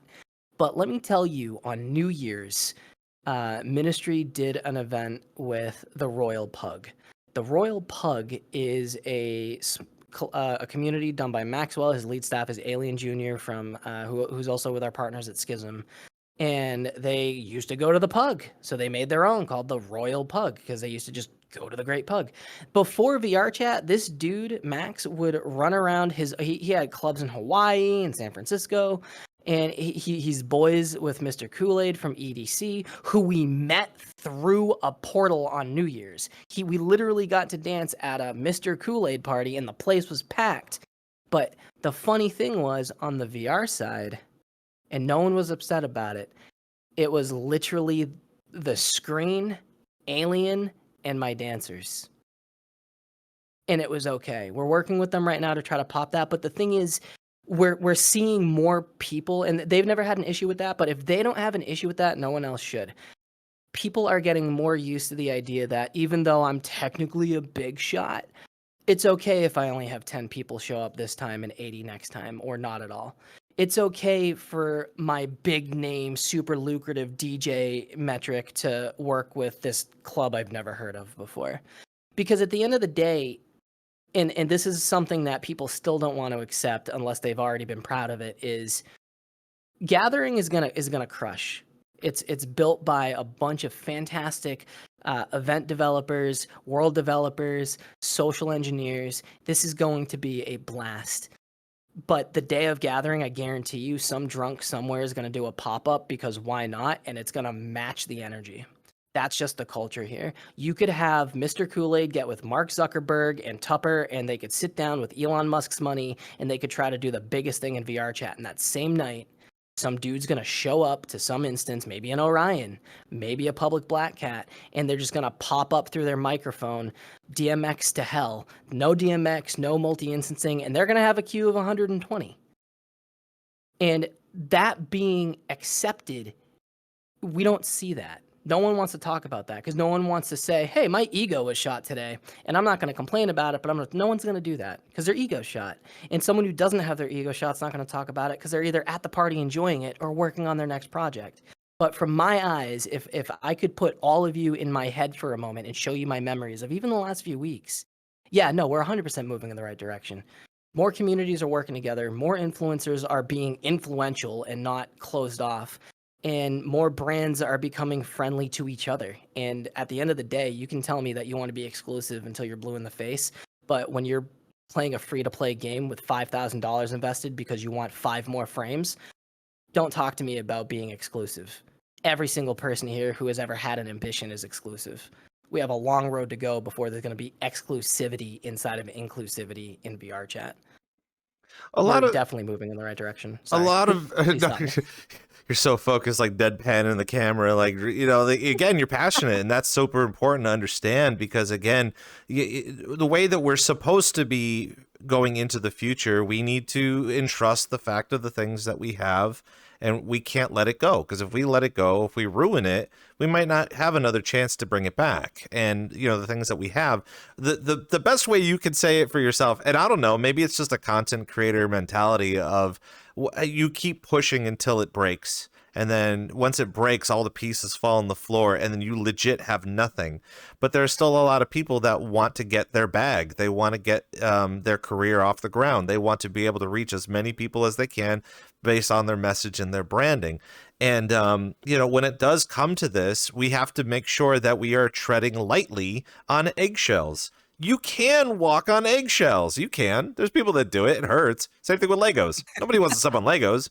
But if you step on Legos, everybody knows that if you jump in a volcano the right way, you won't die. Like, you know, there's everybody knows that. But at the same time, too, you know, again, we've got an amazing thing going on in here. And it's kind of within our community to talk about it, make sure that we are on the right track, and as well as troubleshoot all of the things that could happen negatively within our community as well. We all want to succeed, and we all want to do some amazing things. But, you know, as we continue to progress, it seems funny enough to even say, learn from your mistakes and make sure that history shouldn't repeat itself. I think we should all remember to do that. But just like drinking water, sometimes we have to be reminded to do that. We can't just actively make sure you hydrate, make sure you drink your water. You have to take your time to do that. Me, I've been drinking my water. I got my listen, I'm drinking gamer subs. That's everybody knows that. But I also kind of want to, you know, I want V's opinion on this too, just because I wouldn't just say with the operations lead here, but at the same time too, the fact that gathering is becoming such a massive thing, and just as you've everyone here has kind of said a lot of different words of a lot of different festivals that we've had in here that have had great successes, is that a lot of people in our scene may take inspiration and motivation from the things that you do in here as well. So I kind of want your opinions based off of the peer pressure of even building a festival. I think a lot of people, and even not even just finding time slots for DJs, where if they don't find time slots, they're just like, I'm gonna make a better club, I'm gonna have a pop-up, I'm gonna do a lot better because I can't play this event because they don't want me to play there. You know, it's that motivation is okay. Like, it's okay to not have that time slot so you can kind of go off to do your own thing, but you can't also knock the fact that people do want to create festivals and they want the next latest greatest thing. I'm not saying that I'm upset. I'm not sad or happy that Slyfest hasn't been doing anything right now, but this is a perfect opportunity to have your brand grow, and having the knowledge of Slyfest, being the Slyfest, also makes Gathering grow much larger than how it used to be. So talk to us a little bit about the peer pressures that you may be hearing from other people, and other people wanting to create, you know, a separate Gathering, if at anything. I'm gonna be honest, I did not at all encounter that. Like literally, without even joking, during the whole time that we did gathering last year, during the whole time we were preparing for this year's gathering, and even now while it's ongoing, nobody ever came to me and was like, "Hey, I'm gonna do my own thing. Can you tell me how?" Like, I'm gonna be honest, I am the first one to encourage people to do the same. Like, as an example, I'm quote unquote secretary of technology over at ministry because I'm one of the few people who knows the ins and outs of multi-instancing and like making it reliable to host multiple instances. But like nobody ever comes to me. Like I'm the last one to say no to giving my answers to questions because in the end, the whole of the scene will grow from it. Like why should I make a big secret out of the obvious that's just badly documented? I love you, logs, but an example scene is not enough in the year of our Lord 2025. I'm literally working on a full-blown multi-instancing guide, including how to set up DMX, the best ways of routing shenanigans, the best way of doing shader motion, how you can even take in-game control panels and like stream these across multiple instances to, let's say, control special effects. But yeah, nobody ever comes to me. Like I legitimately, I don't know when, like Monday, Tuesday, I posted about me working on a guide for multi-instancing. I got 30 DMs of people that please want a reminder once it drops because they want to branch out more. They want to future-proof for multi-instancing. They want to future-proof for bigger events. And like, I'm gonna be honest, I'm confident in my guide because I already have proven myself that I know what the fuck I'm doing when it comes to multi-instancing. Be it last year's gathering, be it this year's Gearfest. I did the whole back end and operations of the multi-instancing for Gearfest 2024, 5. What number did we slap on it? 2025. Yeah, because it's January. True, it was January. Thank you when it again. comes to code, I'm smart, but fuck my memory. Does not exist. No, but like, people for some reason are scared of coming to me. Like, shit, worst case I can say is, sorry, I'm busy with gathering right now. Hit me up after it's done.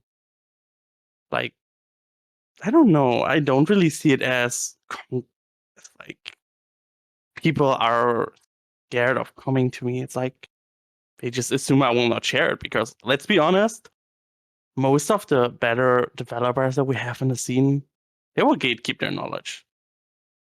Oh yeah.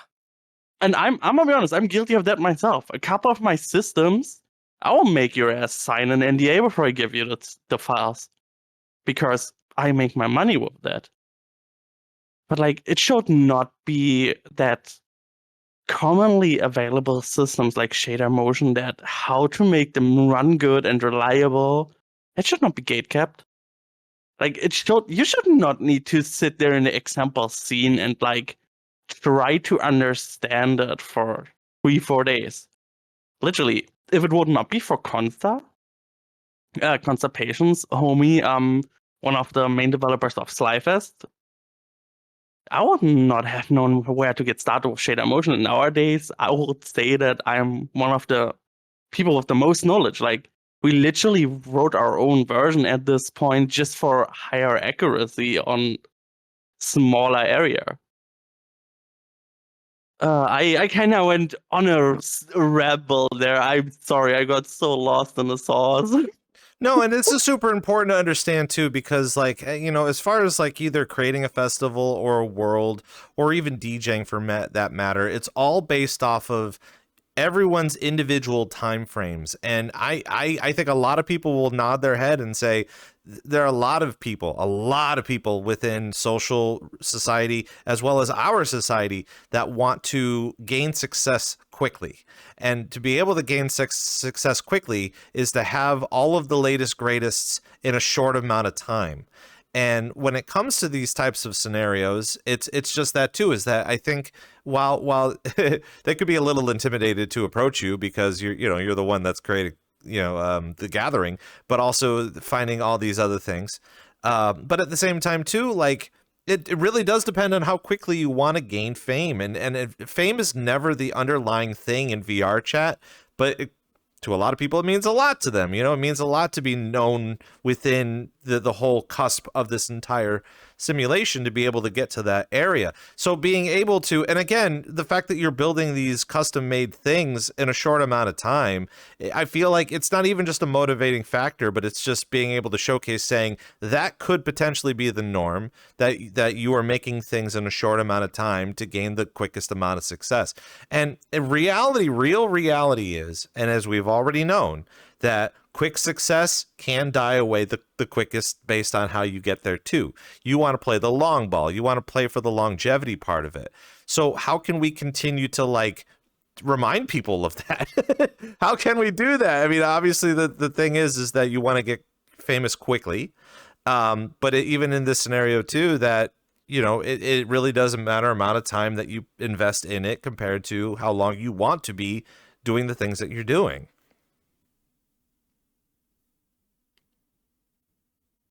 I think when it comes to longevity, it's really about connection and communication. I mean, you can get famous quickly if you want to, but if you want to stay there, then you kind of have to have some kind of basic human knowledge. Like you need to know how to communicate. You need to know when to shut up and not say anything because you have a bad day. Maybe you should stay offline for a day instead of creating new drama and then you basically got cancelled because I don't know what you did. There's always something floating around. It feels like, and I guess that's in my opinion the longevity part. Once you slowly get up and up, get to known by other people, by clubs, by hosts. Once you start communicating with all the people, be nice to them, and get invited again or get asked to do something for them, and you stay connected, you stay in a positive, normal way for communication, then that's longevity in my opinion. So to continue on that and risk completely derailing, we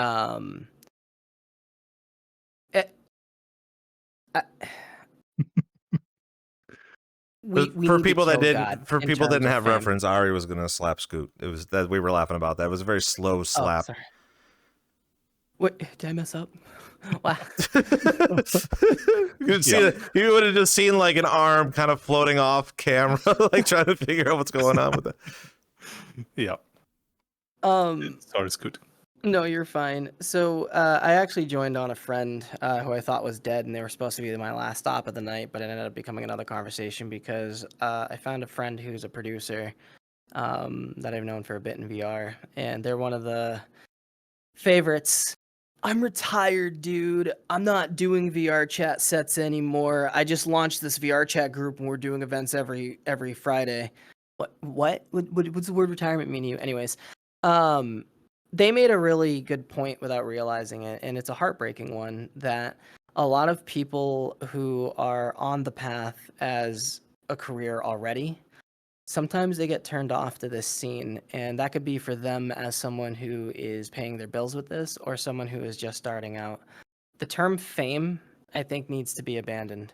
Clout doesn't exist. If you replace the word clout with persistence, it starts to make sense. I won't go through that again, but what I'll get into is they cut us off in the middle of talking about like, oh, well, this club's not going to be that bad to you, or this isn't going to blah, blah, blah. And he said, you know what, man, it's not even about the drama. It's not about, people not being real with me. Like, I know what I'm worth. I don't need VR chat. I love VR chat. And I quote, but it's the dick riding.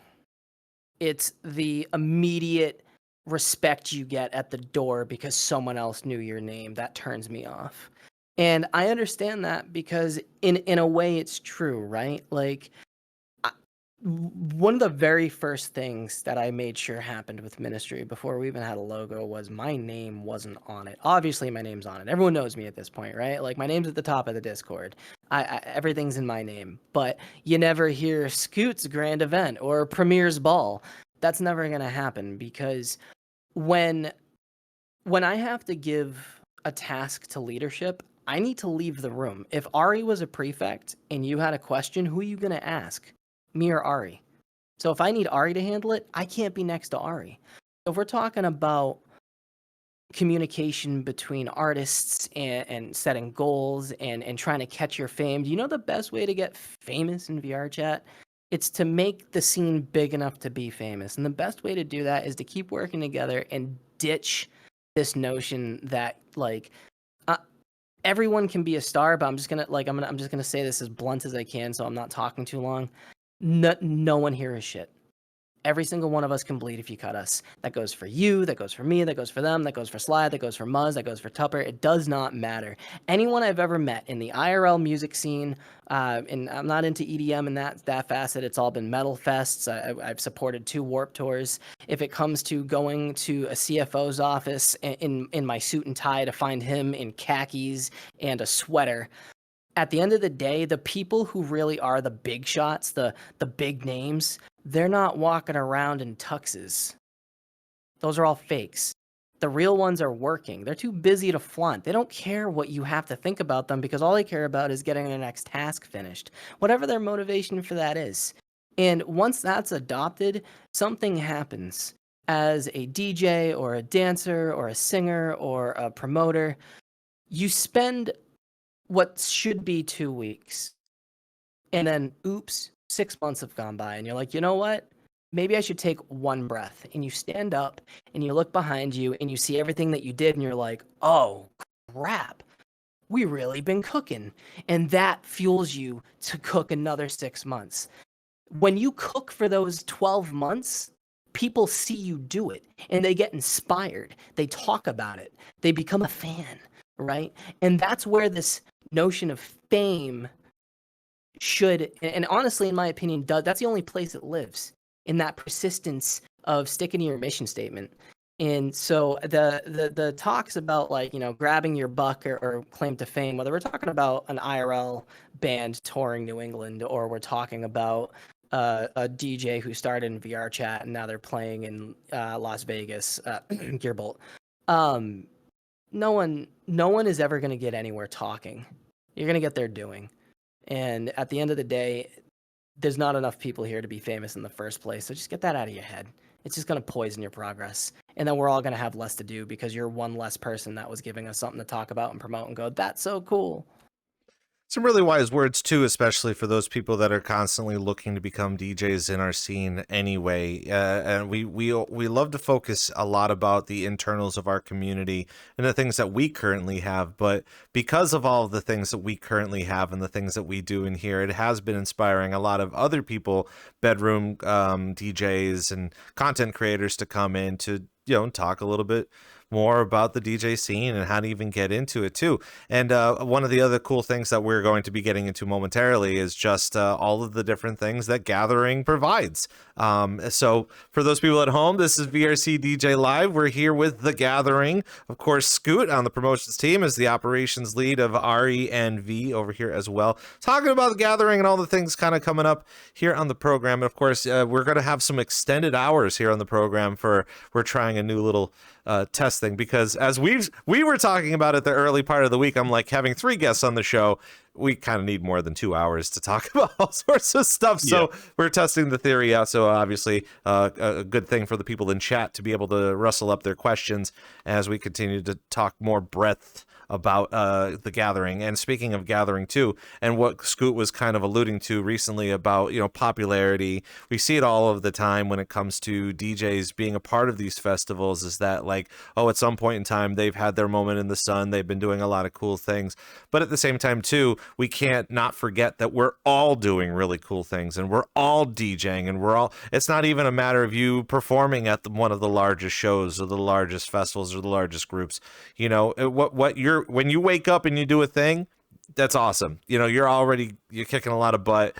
making a name for yourself and the type of content that you deliver. And that kind of showcases a lot about what Gathering's all about too. It's the fact that one of the things that you've showcased to me is that there is no immediate genre requirement, that it's literally a bunch of really good DJs coming in to perform the things that they're really passionate about. So tell us a little bit about that process. I would assume that at some point in time you had a discussion about, okay, what type of genres do we want? What type of performances do we want? And the hardest question to answer of all time is, how do you schedule it? How do you put together a lineup where things aren't clashing amongst themselves? I can actually go a little bit into that before giving it to Ari, because Ari is doing most of the booking for mains. But like, to answer your first question, why no genre restrictions? Because as you said, we want to see the DJs playing what they're most passionate about. Why should I book a DMB DJ for a house event? I know he will be the best and most hype when he can play his Neurofunk. Why should I book a rhythm DJ and ask him to play DNB? Gathering is about, as I said earlier, the art form. Like, about people coming together and enjoying the music, enjoying each other, having a great time. And like, restricting the genres takes away from that. Because the moment we restrict DJs to specific genres, it's literally a case of they cannot fully enjoy it, because they have to worry, is their set good enough? But we want to book them based on what we know they are good enough on. Which is an example why we never list any genre restrictions. Instead, the way we do it, we have like 1, 2, maybe 3 different blocks per day where we have specific vibes we want to go for. Like, as an example, last year, Friday, we had a harder music block. And we're going to bring that back this year again, so that people can literally be like, oh, hey, I know these 3 DJs will play harder music. That's not mine. I'm going to go take a break. That's totally okay. I'm the last one to say you're not allowed to go take a break if you don't fuck with the music. I'm German. I love my techno. The amount of people who throw shade at my favorite kind of music, okay? But like, there needs to be some form of system. So what we do is we book in blocks, so that there is some form of shape to it, so that you know, hey, this DJ was cool, so the next 2, 3 will probably do the same kind of vibe. So I can just really let loose, get the energy out of my system. And then the vibe will change up. I can go take a break. I can go eat some food. I can go take a shower and charge my stuff. But Ari can go into a lot more detail on that than me. Yeah, so last year we booked like 36, 38 DJs for the main event. So it was quite a lot.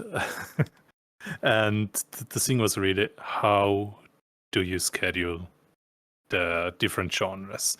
Like, we start, for example, Saturday. It's probably the easiest example. We start at European afternoon, like 4 p.m., which is Japanese 11 midnight time. So as a European, I kind of want to have, something chill, like a house at 4 p.m. to wake up, because I will probably wake up at 3 p.m., eat breakfast, go to a free call, and then start the event. And yeah, so I actually kind of want, something chill. But then again, now we have to think about, okay, no, actually, right now we cater to Japanese people, or like those people in those time zones, like Asia Pacific. Okay, so they have like 11 p.m. midnight, so they probably want something harder. So you kind of go something harder, but then you have to come back to, 8 p.m. European time.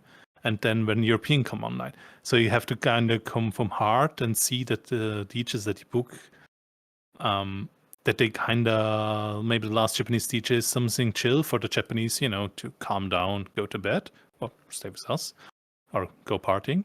And Europeans that come online see maybe a Japanese DJ that they never saw before. And then, start the party with your European DJs normally. And that's also like, how do you put them in genre? I asked the DJ, hey, I kind of want you, because I know you play, I don't know, Neurofunk very well. I kind of want you as a Neurofunk DJ. Are you actually up to play that kind of music? And maybe, it's like, no, actually, I played, I don't know, Neurofunk the last 2 years. I really dig now house music, for example, like going from super fast to chill. Then I'm like, okay, damn, I kind of want to do a Neurofunk because I love your music, whatever. And then you're like, okay, wait, house. Yeah, let me see what the schedule is. And then you go there and see, okay, maybe here you can have house music. Tell me, I kind of want to see, you play house at that event, at that slot.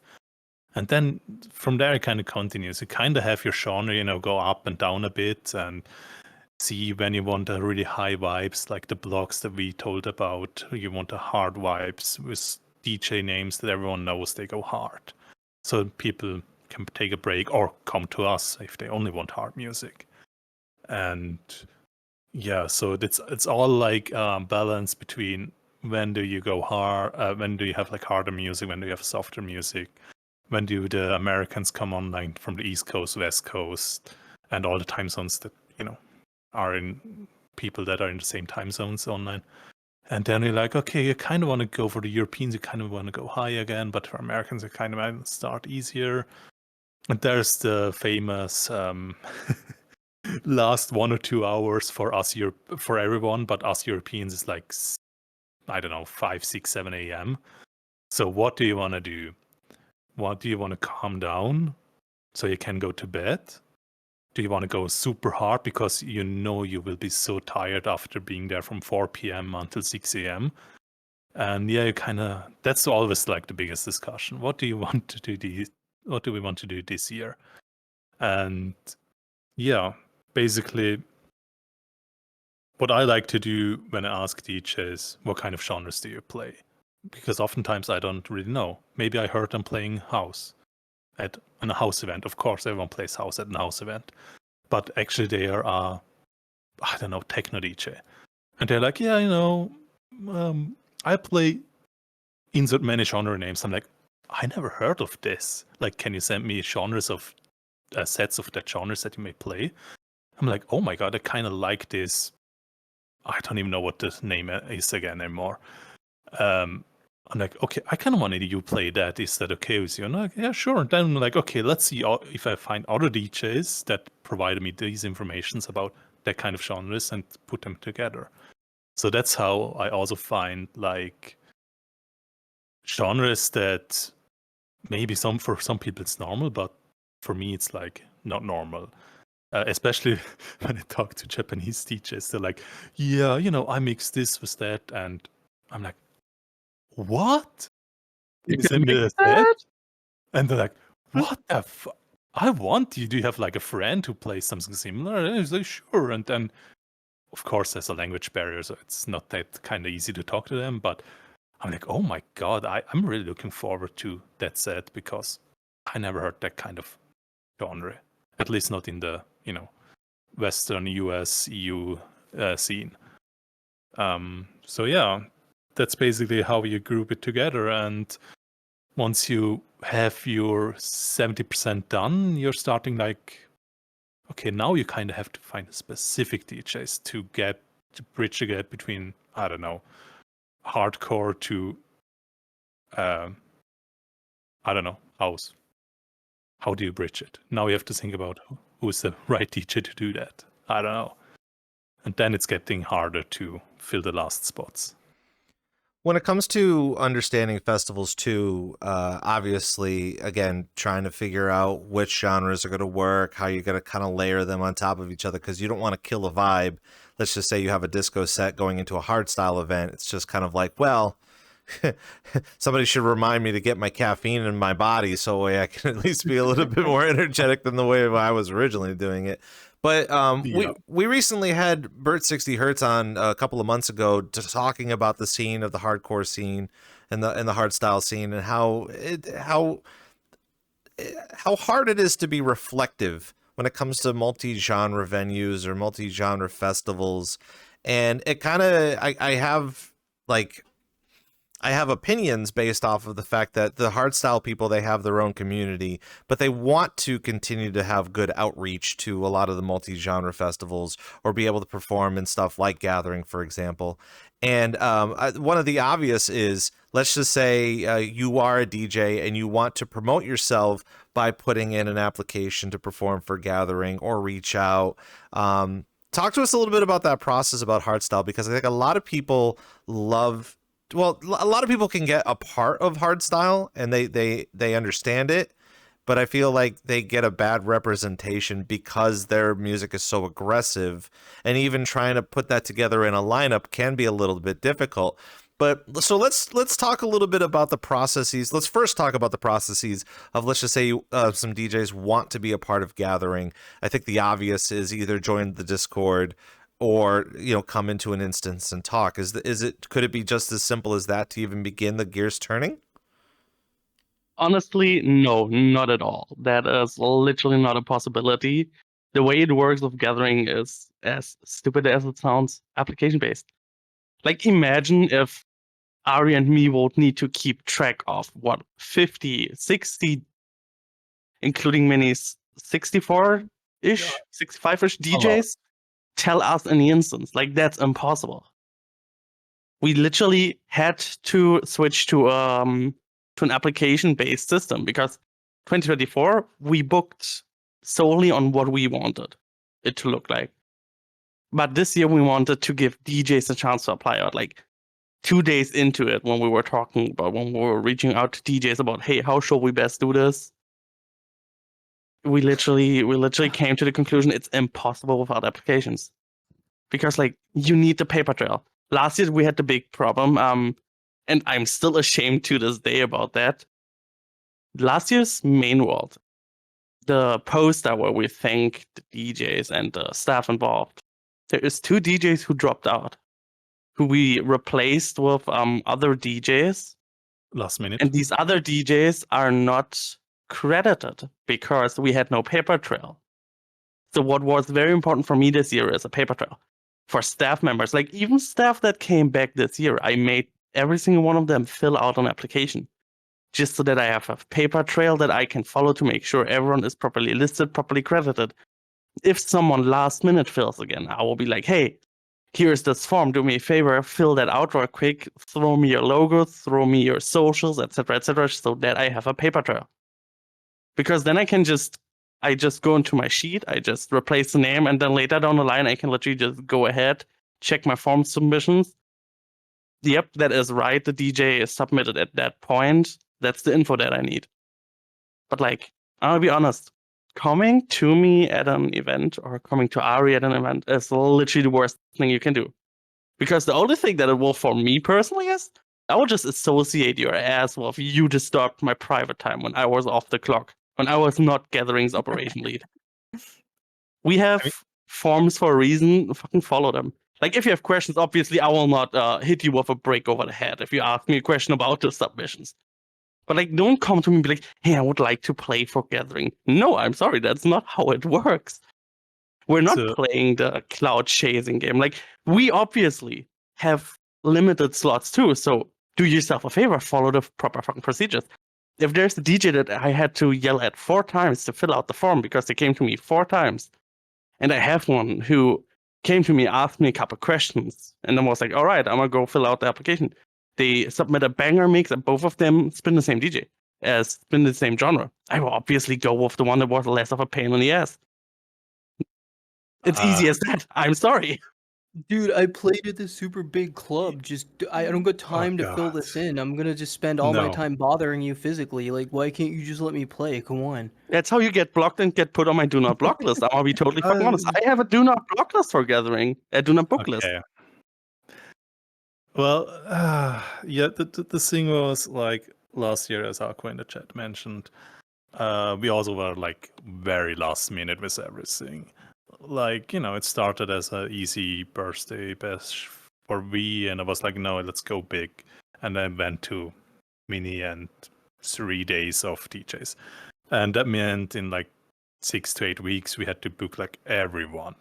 And there was like more like, okay, let's go to, you know, who did we saw, who did we watch on a stream, who do we know is good, is a, let's say, a good DJ, or a famous DJ, whatever. And yeah, then we went from there. But this year, because we booked last year a lot of people, this year it was also like, there's so many talented DJs out there.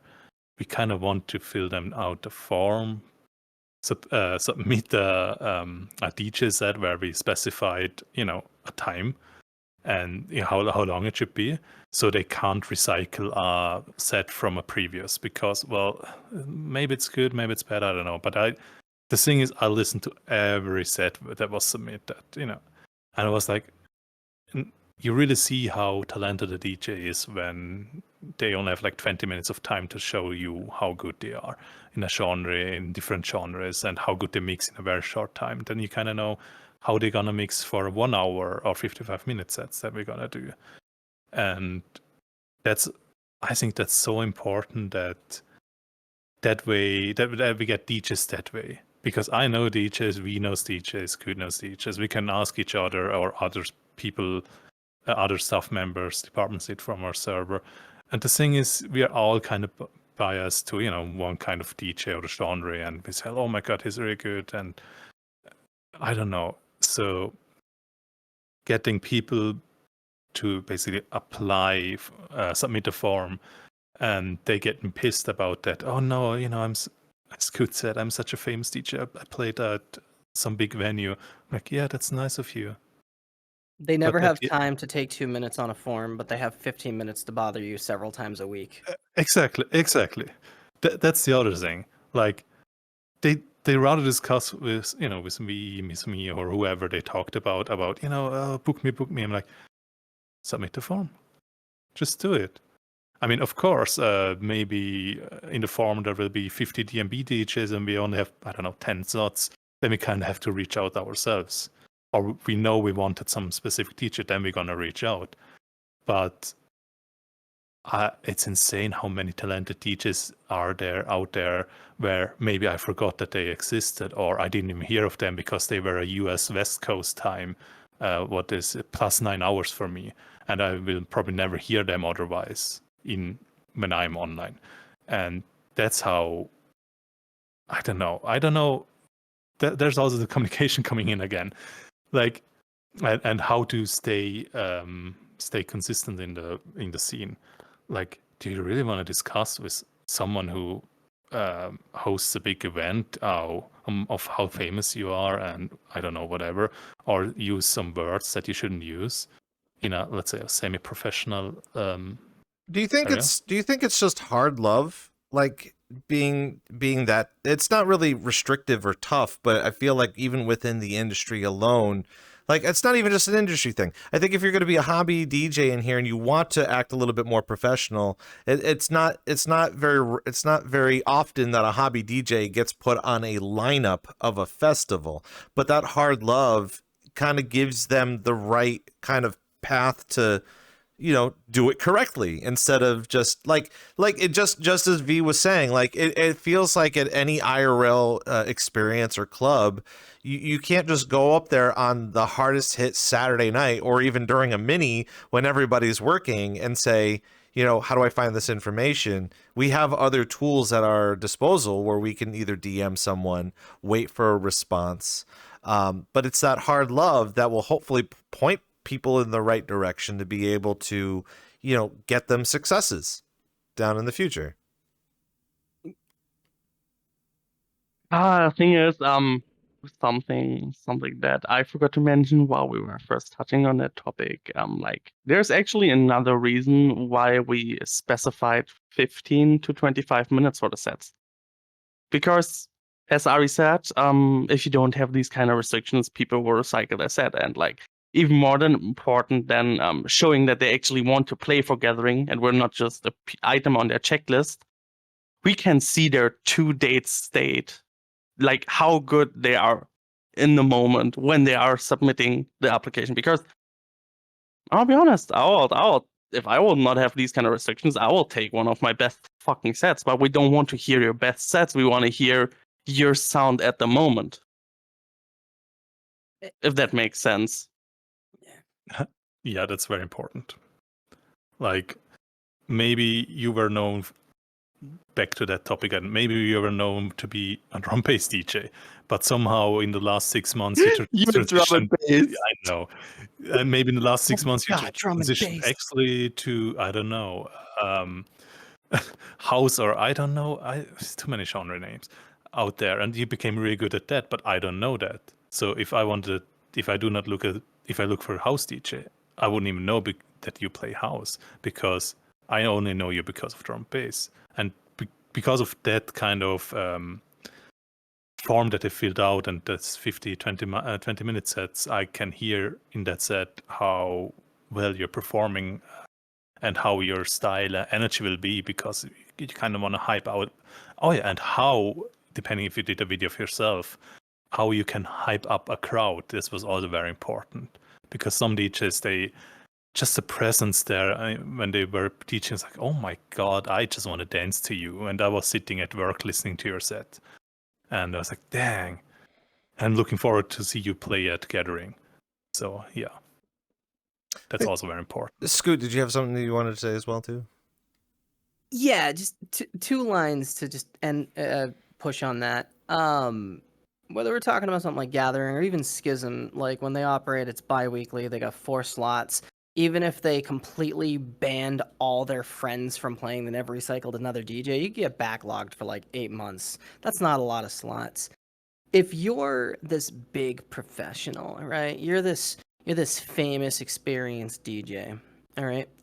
2 things. One, is it not worth saving your own time to already have the 2-minute application in, so when you catch us at the door and go, oh, dude, hey, I'm happy I caught you. I'd like to fill in for you. The app's already in. Or more to the point, let's say we don't know who you are. Maybe you're Muzz's cousin Duz, and you taught Muzz everything he knows, right? All right, Duz, that's fantastic. Don't you think that, like, if you're a rhythm DJ, and I've said this on your show when you interviewed me in the past, it's a super unpopular opinion. I don't care. I'll die on the hill. If you're an experienced DJ and your primary is rhythm, don't get mad at the drinking club because your music cleared the floor when they were playing cards. If you are this big shot, cool. Be the big shot. Research what you're mad you're not getting booked for. The Gathering is a large-scale event. It's a project. So if you're surprised that there's a system in place, regardless of what that system is, my heart doesn't go out to you. Like, I'm sorry, but you didn't research what you're so upset you're not a part of. These are some really big realities, too, that I think a lot of people should be taking advantage of and understanding for as well, is that VRChat in our economy has grown so massive to the point where you're learning a lot. And I would hate to even kind of compare this to like Ash Ketchum's journey, right? If Ash Ketchum is going to start playing Pokemon and you have some Pokemon, doesn't mean that you're ready to go into a gym to battle a gym leader. You need to have your entire Pokemon. They have to be leveled up and skilled to go up against many different facets and many different genres, if you will. Maybe we are Pokemon. Who knows? That'd be cool to say. But at the same time, too, that's not far from the truth. That I think if you are going to come in here and you want to perform, it's okay to be bare bones hobby. It's okay for you to get, you know, a smaller console, a mid-grade console, because you don't want to go professional, but you want to learn how to do the skills and be a DJ and be known as a DJ. But don't be too butthurt, you know, when you want to progress and learn a little bit, and that hard truth does come out, and you do learn from the process. It's not a mistake to go up to one of you guys during a show to ask about the show. But I think that just as anybody should be taking cues and reading the room and getting a better understanding of how it is to, you know, become a little bit more professional, there is a little bit of the limelight that you need to understand, that you can't just stand in a limelight that's unplugged, because then there's no light at all. You have to learn that it's plugged. You know, you have to learn that the electricity flows and someone has to pay for it. But at the same time, too, like, you know, there is some inconsistencies to that. And while, you know, again, popularity goes and the people that are performing a part of the festival scene is just that. It's a festival. There's a lot of moving parts. And within those moving parts, you do need a paper trail, and you need to be able to understand the wants. And even in professional life too, I've known way too many artists that it's very easy to say, oh, I'm going to go play this convention, or I'm going to start as an opener for this thing. And then when it comes down time for negotiation based on what's in the green room and the different things that you need as an artist, such as like guest passes, hotel stay, transportation, yada, yada, you can't handle that yourself because you haven't done that. And that's why you need to have a manager. Not saying that everybody needs a manager in this game, but at the same time, the real reality of it is that as massive as Gathering can be, there are processes that we have to go through, and those people that are butthurt about saying, well, I haven't prepared I haven't prepared my application correctly, I didn't prepare my set correctly, which again, as you were stating, we want to make sure that everybody's playing fresh and not just playing the same old over and over and over again. That's also a good representation of yourself too, is that it's either A, you're going to show yourself as cutting corners, or B, you're doing your absolute best to stay relevant. And being a part of that. So understanding all of that is super important. And while we continue to like feed into that and the economy part of it and all of that is super important. Obviously, we have a few more minutes left of the program. We're just extending it for a little while. I want to make sure that we're touching bases on a lot of different things for the Gathering.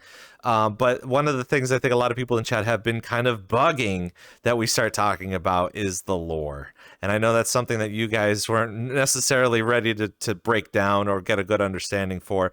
But within the Gathering itself, his Scoot's kind of like, it's way down, being like, no, we're not going to talk about it. We don't want to talk about it. But obviously, too, there's a bit of cryptic parts of it, too, that's just like, while the lore isn't necessarily super important about the Gathering, I think it adds it adds a little bit of whimsy to the overall theme of the festival. So I want to kind of break that down a little bit, get an understanding of the lore that A, we need to understand, and B, what is available that is going to heighten the experience of any upcoming either minis or the fact of the Gathering.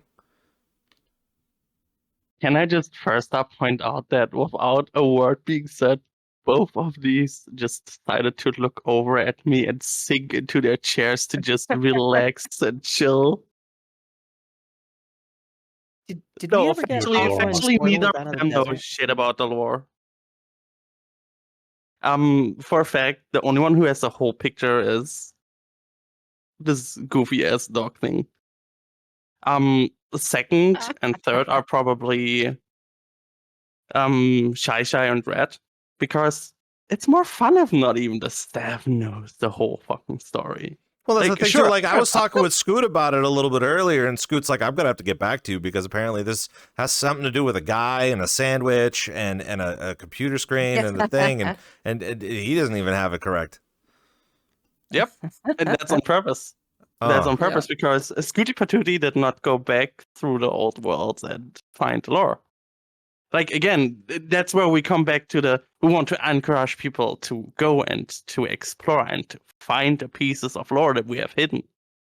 Because, sure, I could sit here now, I could literally pull up my notebook, cross my legs, and start reading the whole lore as it's written so far, but where's the fun in it? Like, obviously, I will not make a secret out of the fact that, as an example, in our lore, Turner, who did the initial promotion last year, is missing right now. Like, that's something that I can tell y'all, because we showed that on social medias. We literally had a video with missing posters of Turner. Or the fact that last year, the sandwich was a gag that Turner made. And because of that, Aztec Angelo from our development team added a ham sandwich to the world. And nobody bothered writing down that ham sandwich actually exists in the world. So now it's some mystical object that everyone is too scared to touch because it still looks a year later how it looked the moment it was made. Very delicious. That's It looks very damn tasty. I have to be honest. It's Complicated. very high poly. It's very high poly. That's why it's very, very delicious looking. 10 million. But like, it's things like that. Literally, it's worth to go and to check out the worlds. Because as an example, the sandwich nowadays, in 2024, it was literally on a table with a little plaque reserved for Turner. Nowadays, it's literally in a little glass containment chamber with a post-it note to not touch it, and that someone will be coming to pick it up, to take a closer look at it. And like, it's things like that that we do the lore because it's more interesting. Like, sure, I could literally be like, hey, these crystals that floated over the village last year, that led us through the desert this year. Actually, no, I will not tell you. Thank you. I will not tell you.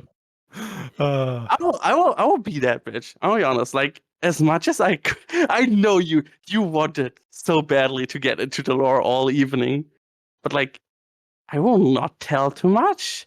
Like, if someone in chat, as an example, has an actual question about lore, obviously I would answer it. Because they could not figure out a question to ask without looking at what we gave them so far. But I really, really don't want to sit down and like,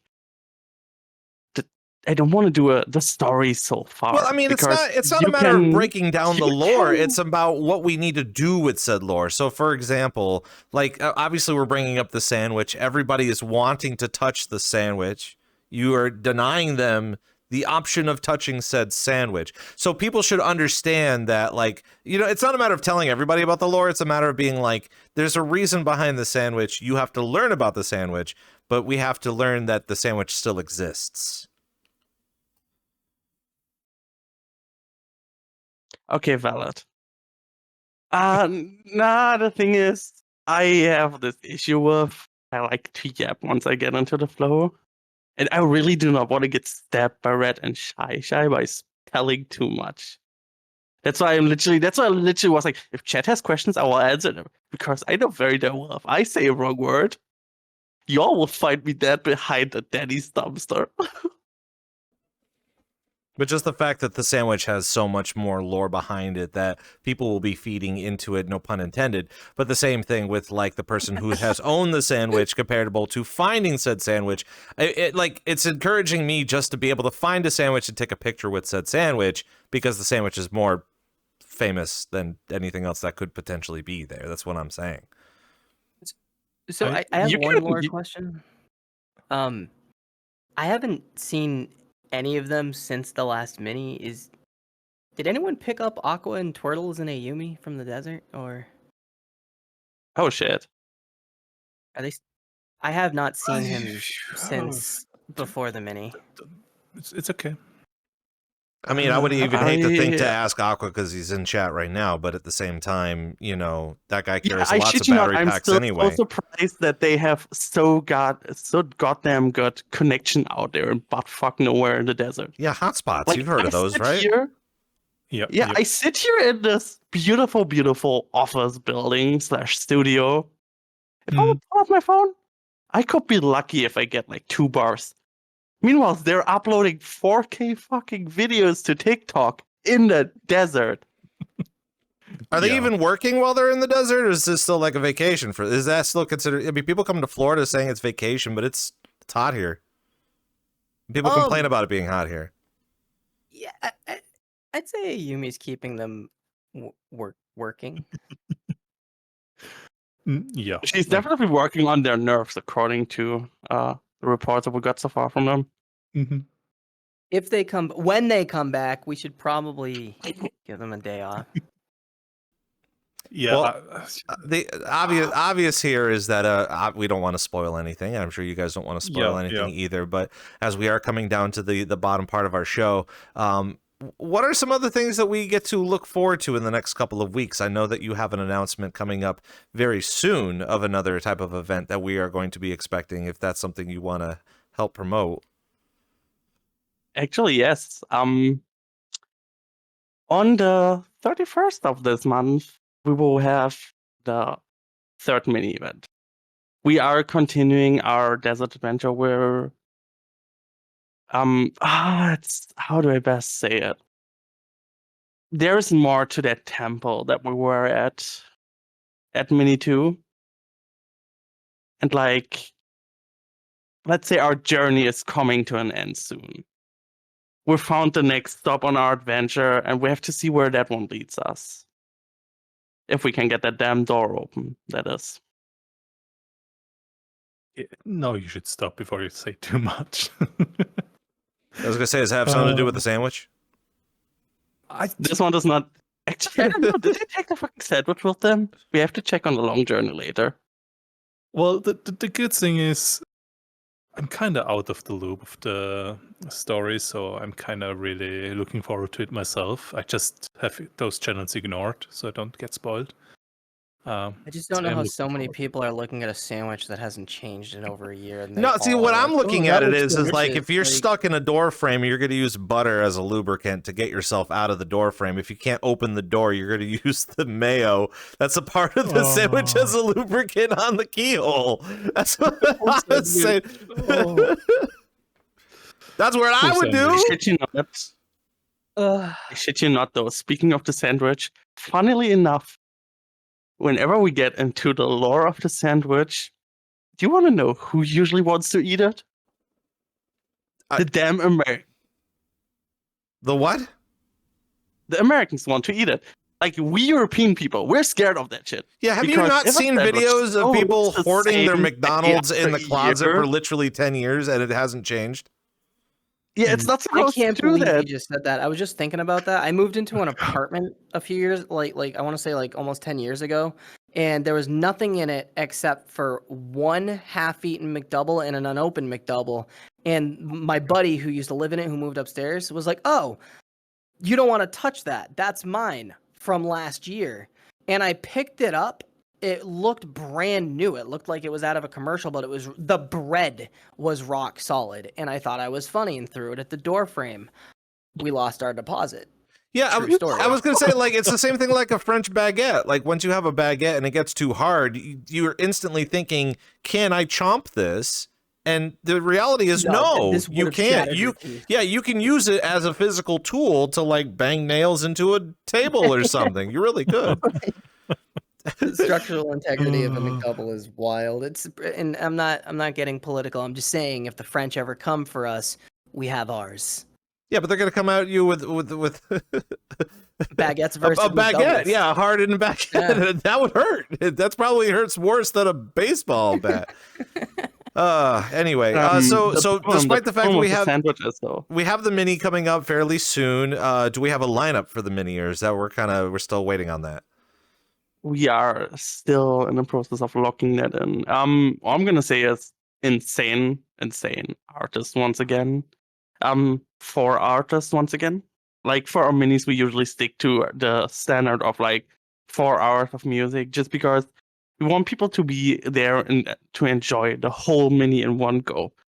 Like, during the main, it's okay if you drop out for an hour or two to go charge your stuff. But like on the mini, taking a break could mean you miss on the rest of the event. So we keep them in a time frame where everyone can just sit through it in one go, unless obviously they have something else to do. Yeah. The unfortunate crash. You get that cute new avatar with that cute little mini skirt, and then VRChat's like, "Can I hang out with you in your home world?" And you're like, "I'm at an event." And it's like, "No, you're not." What? Crash. Exactly. So as we wrap up here on VRC DJ Live with the team of Gathering, we usually like to do a quick rapid fire session at the end of the show, just to kind of get some basic good, nice information, as well as some thinky type of information. So when it comes to building events, it's not even just a matter of attending Gathering, but building events. And let's just say somebody is interested in either making an event like a festival or something like that. What are some words of advice that you can offer to people that are interested in even beginning that journey of putting together festivals? Honestly, there is no wrong way of doing it. You will fuck up. You will learn. Every one of us started the same way as you will start, from literally nothing. the chances that someone who starts hosting events in here actually has like the knowledge and the experience of like an event manager in VR is slim to none. Because we all start doing our own events because we think what we want is underrepresented. Underrepresented. Jesus Christ, my English is suffering. Underrepresented. Yeah. Wait, no, okay, I fucked up. That word, thank you. Okay. And yeah, no, literally, there is no wrong way of doing it. Learn from your mistakes, own up to your mistakes. If you do, everyone does stupid shit. Like the world of our first mini, horrible. But we took the mistakes we made there. And the main world, no major issues. It looked beautiful. It ran beautiful. It was a little bit heavy on the VRAM because of Skybox. Hehe. But yeah, just learn from your mistakes, own up to him, and honestly, don't be scared to ask the big players. Because at the end of the day, the big players, they're just gamers like you. Yep. Yeah, Yep. that's basically what I would also say. Like, communicate, ask people. All the worst thing they can say is no, and the best thing is yeah, come back in like 2 weeks when I have more time, or yeah, sure I can help, or hey, let me join, and as a someone who helps out if you have questions, and then can just ping me there and something like that. But at the end, I believe if you can communicate with what you want, what your idea is, what you want from them, how much work or help you want from them. If you can communicate properly what you want from a DJ, for example, it's much easier to just randomly slide in a DJ's. I book DJs mostly, so it's so much easier to book to slide into a DJ's DM when you have a proper message, like give them the information they need. And not just, hey, wanna play for this venue you have never heard of? We are like, I don't know. God, Cool.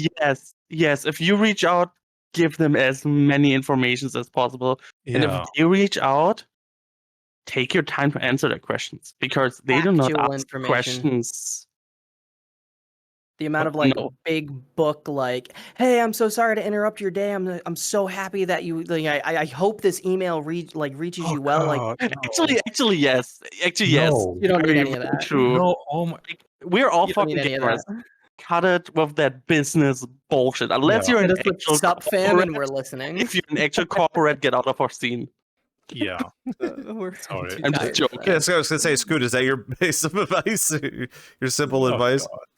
No two projects are the same. If you do such a good job, you become competition. Someone else just gets a day off to come to your event. Seeing Sly at other events, just doing his thing, is wild. Yeah, no, just crawl into the DMs and understand that no one's going to be impressed with a well-written, perfect template of MLM format. So just save your calories. Like, we just want to hear from you. And we isn't anyone. Like, it's probably sound douchey wording it that way because, like, as a promoter, like, I get those DMs a lot. So I can only imagine for these two or for DJs. But, like, just if you're never done it before and you're like, I want to do Rob Roman Festival, where we're sponsored by Chex Mix. I haven't reached out to Chex Mix yet because I'm not in the mix. But hey, how do we do that? That's all you gotta write. You're not gonna be like, hey, so and so. So I know that I saw you on Rob Roman's Voice, and I really want to meet him about this festival I want to do with him. Before I get into that, I want to give you a background on why I love Rob so much.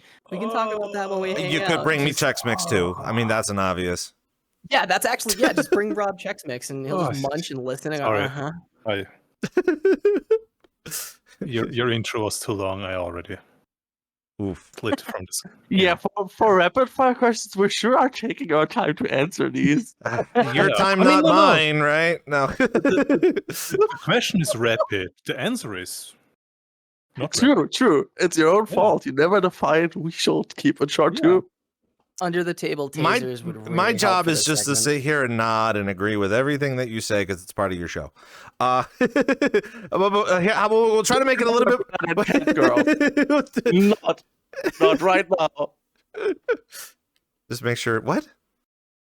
I said dog girls are better than cat girls. You said you're here to agree. Come on, live on camera. Sure. Oh, That's good.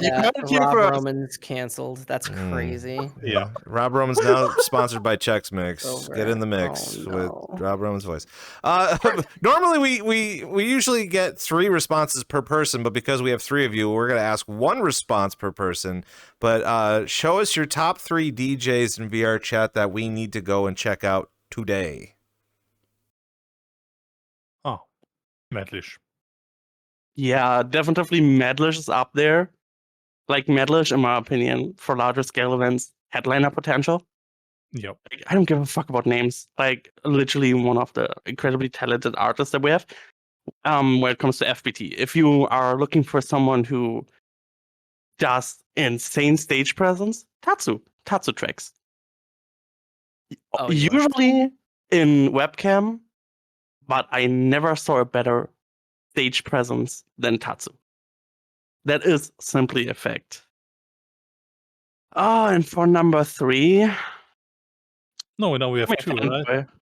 Scoot has Yeah, maybe give also Scoot one. has Do to we give want one. 3 of one. Oh There's 3 of each, I boy, mean. I gotta throw it to DKVR. They're a walking encyclopedia of the scene, and they're the tear out guy, but they will play anything you ask them to a wild standard. Decay, definitely DKVR. Honestly, yeah, I can see that. So My I boy would say right our there. answer is Madlish, Tatsu tracks, and DK. That seems like a really good list. I would wait for the day. Man, like, listen, it's fun to sit here and talk about it, but wait till like a whole group of DJs just decide to hit stream and they go live and they're just sitting on the couch talking about every single DJ, and then social media is all like, you got talked about on the program, and then it's just the same time you're just like, well, I didn't get mentioned on the program. Maybe I'm not good. You know, it's just that everyone's fighting on social media over the fact it's just like, well, I either got mentioned or I don't. But at the same time, Yeah, if we didn't mention you in this quick every other on the DJ side that of didn't. question your shit and you should quit, honestly. That's the No. I'm joking. The thing is, just 3. There's so many talented DJs. For example, I actually do not know like all the names. Especially, I really enjoy those Japanese DJs. There are many talented out there, but because I don't see them that often or rarely, I don't even know their names. Once I see them, yes, I know them. But right now, if I could tell you, check out this DJ. Yeah, it's meant to be a kind of like a brownie booster when it comes to like if you're gonna be in the scene and you're checking out the timeline. It's like, oh, I saw them. I heard about them on VRCDJLIVE. I want to go check them out. That's kind of a good thing to do. I have the actual best fucking answer of the night. It for better that not be question, Rob Roman's which voice. DJs, Okay. it kinda is. The best answer to the question of which DJs we enjoy is look at our lineups.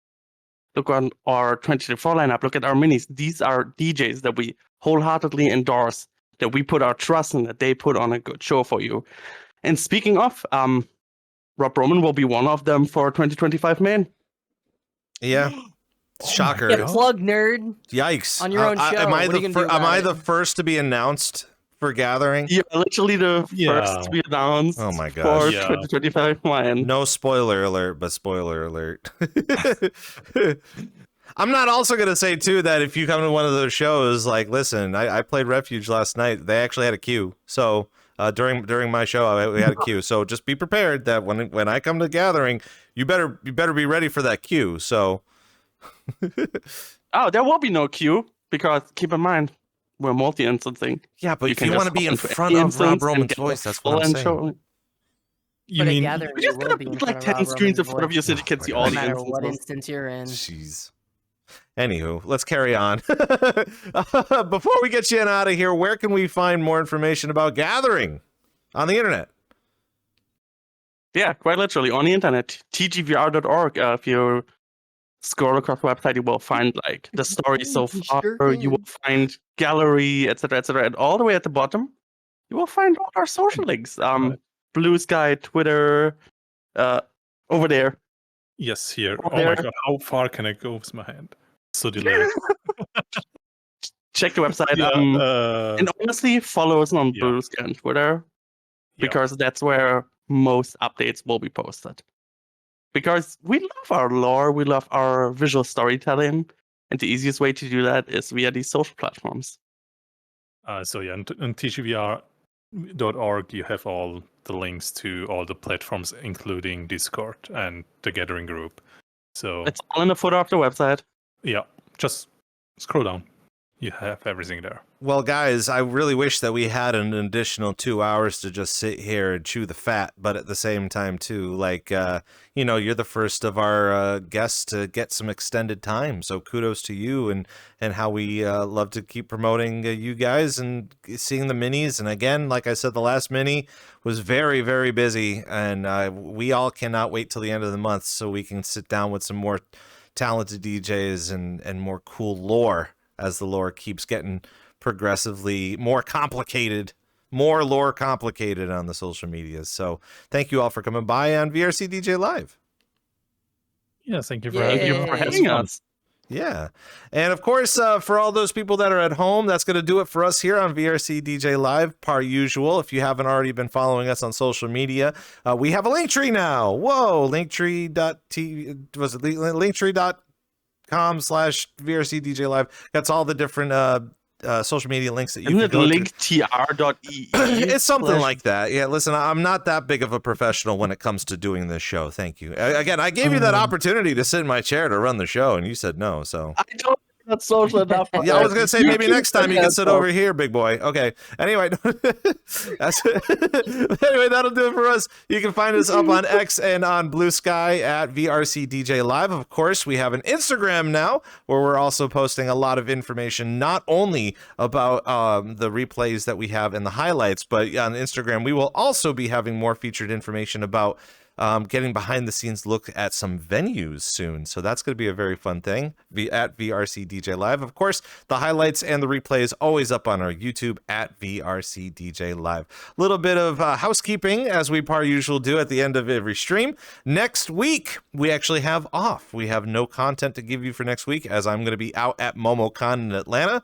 And wouldn't you believe it, if we did run into some VRChat DJs, I'm going to be there with microphone in hand to say, hey, let's sit down and let's talk a little bit about why you're here and what you're doing here and all that sort of stuff. So no show for us next week, but the following week on Thursday, we're going to be joined by Murdochs and be able to sit down and talk about all the stuff that he's got cooking, including his recent DJ school that he's been kind of doing recently. And it's been very, very cool to see some new and upcoming DJs as well.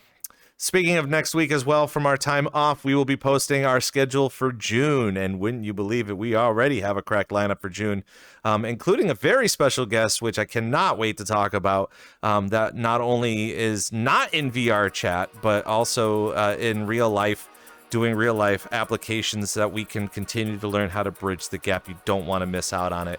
So again, that's going to come to you up on social media, on Blue Sky and on X.